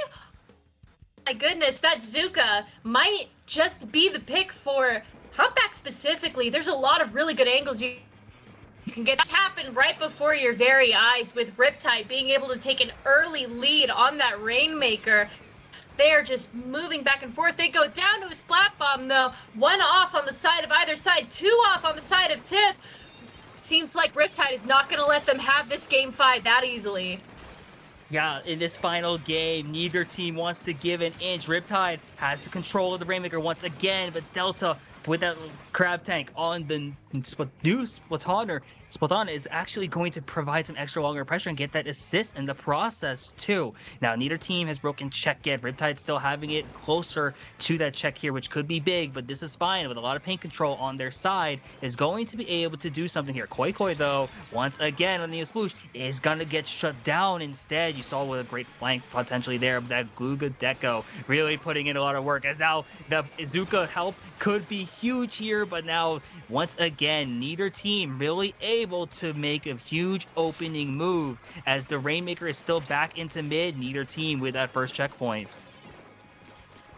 Absolutely. Like I was saying earlier, Humpback Pump Track has a bit of a track record of being extremely, extremely hard to push past that checkpoint 1. Even to get into that checkpoint 1, we see that crab tank go out. They're able to keep most of that paint up in mid. Riptide goes 3 down with Tiff having the Rainmaker. They're pushing forward. Those Tri-Strikes helping them dunk that checkpoint. First checkpoint of the game, but Riptide goes 3 down once again. This is Tiff's chance to push it as far as they possibly can. So we can see them pop that Rainmaker. They are moving around that corner into that scary zone here. That Zuka comes out. They're unable to get a pick as Riptide goes 2 down again. The path is clear and they are moving forward, being able to push it all the way to 10, all the way to 6, to the base of that podium, and they are 6 points away from victory. This is fine, having an incredible first push. That is an insane push from the side of This Is Fine, taking it all the way to the 6 when Riptide still has to break through that checkpoint. Now you're looking at it from the side of Riptide, Obscure trying to find their way up here, get something going, but instead 2 down again from the side of Riptide. This Is Fine is starting to find their momentum back once again, trying to have those strikes coming out as well just to get some extra paint and try to just force something here. They have 2 minutes now, a little under halfway through this game here, and now This Is Fine is starting to get something going. The crab tank coming out from the side of Delta, and this could be huge. As you're seeing now, instead, Koi Koi trying to find a response, trying to get some extra picks here as the Rainmaker resets, and it's a 3-down situation from This Is Fine, and now it's gonna wipe. Goodness! That wipeout on the side of Riptide, this could be huge for Riptide as they are pushing forward into that choke point. That Toxic Mist making it nigh impossible to move with that Rainmaker, but those sodas helping a lot. We see that Cooler is out, they break through the checkpoint, and it is just 1 down on either side. Tiff trying their hardest to keep that choke point free of any Riptide stragglers. They have the Rainmaker, but not for long as Kale comes in and tries to find Purchase. As we can see, unfortunately, they go down to the Rainmaker. Oh my god! Oh my goodness!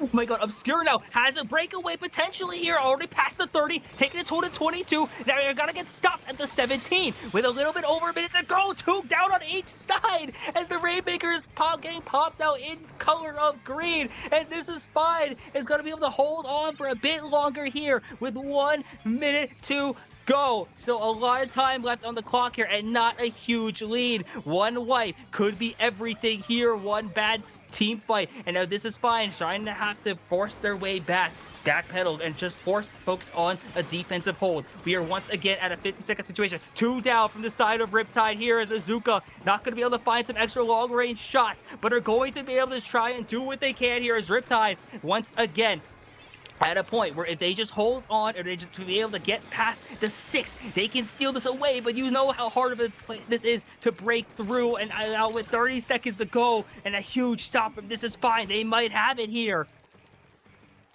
We can see This Is Fine just absolutely keeping hold of their base, not letting Riptide go down. And they are unfortunately 2 down. Firewave behind them. It's a wipeout. We can see that Rainmaker is being popped as we speak. They have the Rainmaker, 10 seconds left, going forth, trying to get that done, but they're unable to go forth. Oh my god, they might be able to do so. That's a wipe, and that is going to be game. It's what a play! Oh my god! That was insane as This Is Fine holds on. What a stop! Oh my gosh, to end this game, end this set, end this triple header. This Is Fine comes out on top with one of the most clutch defensive holds you will see here on Ludi. Absolutely. What an incredible placement of that splat bomb, just being able to decimate Riptide's ranks right at the very end there. We can see some highlights of the plays from the match. That Crab going out, being able to easily take that assist on that Rainmaker. We see that incredible lead play from the side of This Is Fine, with that Rainmaker moving forward to that pedestal, just being able to move past all of those shots, especially with as slow of a weapon as Rainmaker is incredible.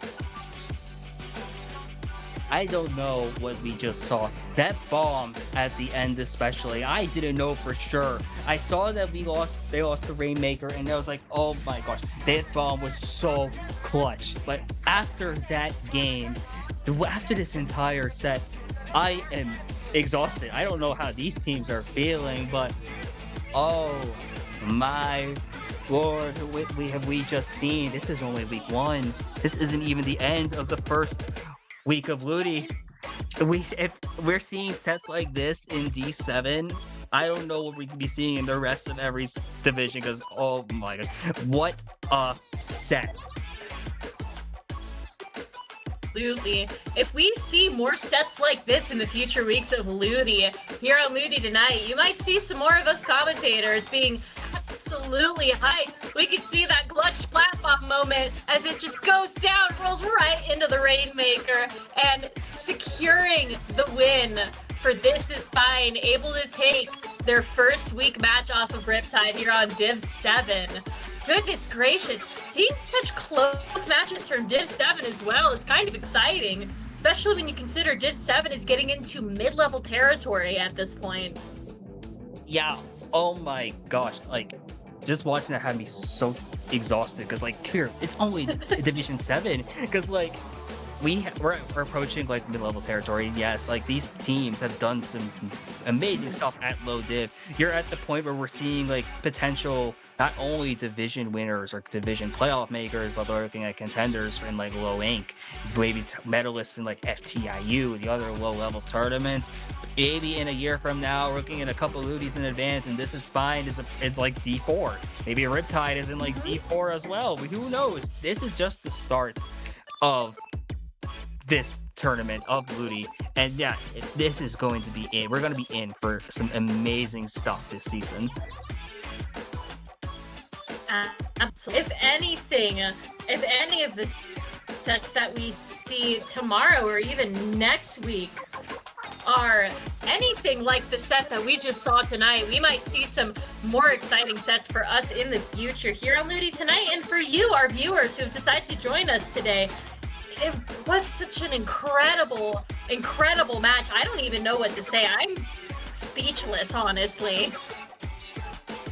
I'm speechless as well. It is 11:49 my time. This is a late night match for me, and I'm just thinking like, holy, like I can't imagine what it's like for either of these teams right now. Both these teams just played so well. We're at the point where a singular splat bomb was the difference between a match win, match loss, and the storylines that come through from that for the rest of this season is going to be phenomenal. And I don't know. I'm at a loss for words. I don't even know what to say anymore. Mhm. Yeah, that was. Oh my gosh, I'm exhausted just looking at all of these. We're here joined by our lovely stream coordinator and broadcaster. Hi, how's it going? Hi, I'm actually not the coordinator. I'm actually just a streamer. Oh. Shout out to you to actually being the coordinator. Thank you, Nito. Thank you, Nito, in the heavens, and hopefully Nito. it maybe being like a fourth image in the corner, who knows. But yeah, so this has been basically week 1 entirely. Spicy, Carnival, and also other comments of Sonic Sky Talks, Theo Evans of King. Thank you for enjoying the Saturday streams. Yeah, oh yeah, this is Saturday. It's not Sunday yet. Because that's tomorrow. Not Sunday. Not Sunday. We have 3 matches actually. Well, no, not 3 matches. 3 streams tomorrow. 2 2-in-1 streams. That's SplatoonTourney, SplatoonTourney 1, and SplatoonTourney 2. All starting at 8 p.m. EST and ending at 10 p.m. EST. So if you're awake around that time, Spicy, for me and you is like 11:51 p.m. right now. So like it's kind of crazy. But yeah, the Ludi is tonight. So remember to watch that tomorrow. And anything else? Nothing? Nope. I'm still in absolute shock. Oh yeah. All of the There's words so have much just there. kind of Oh left my my lord. mouth.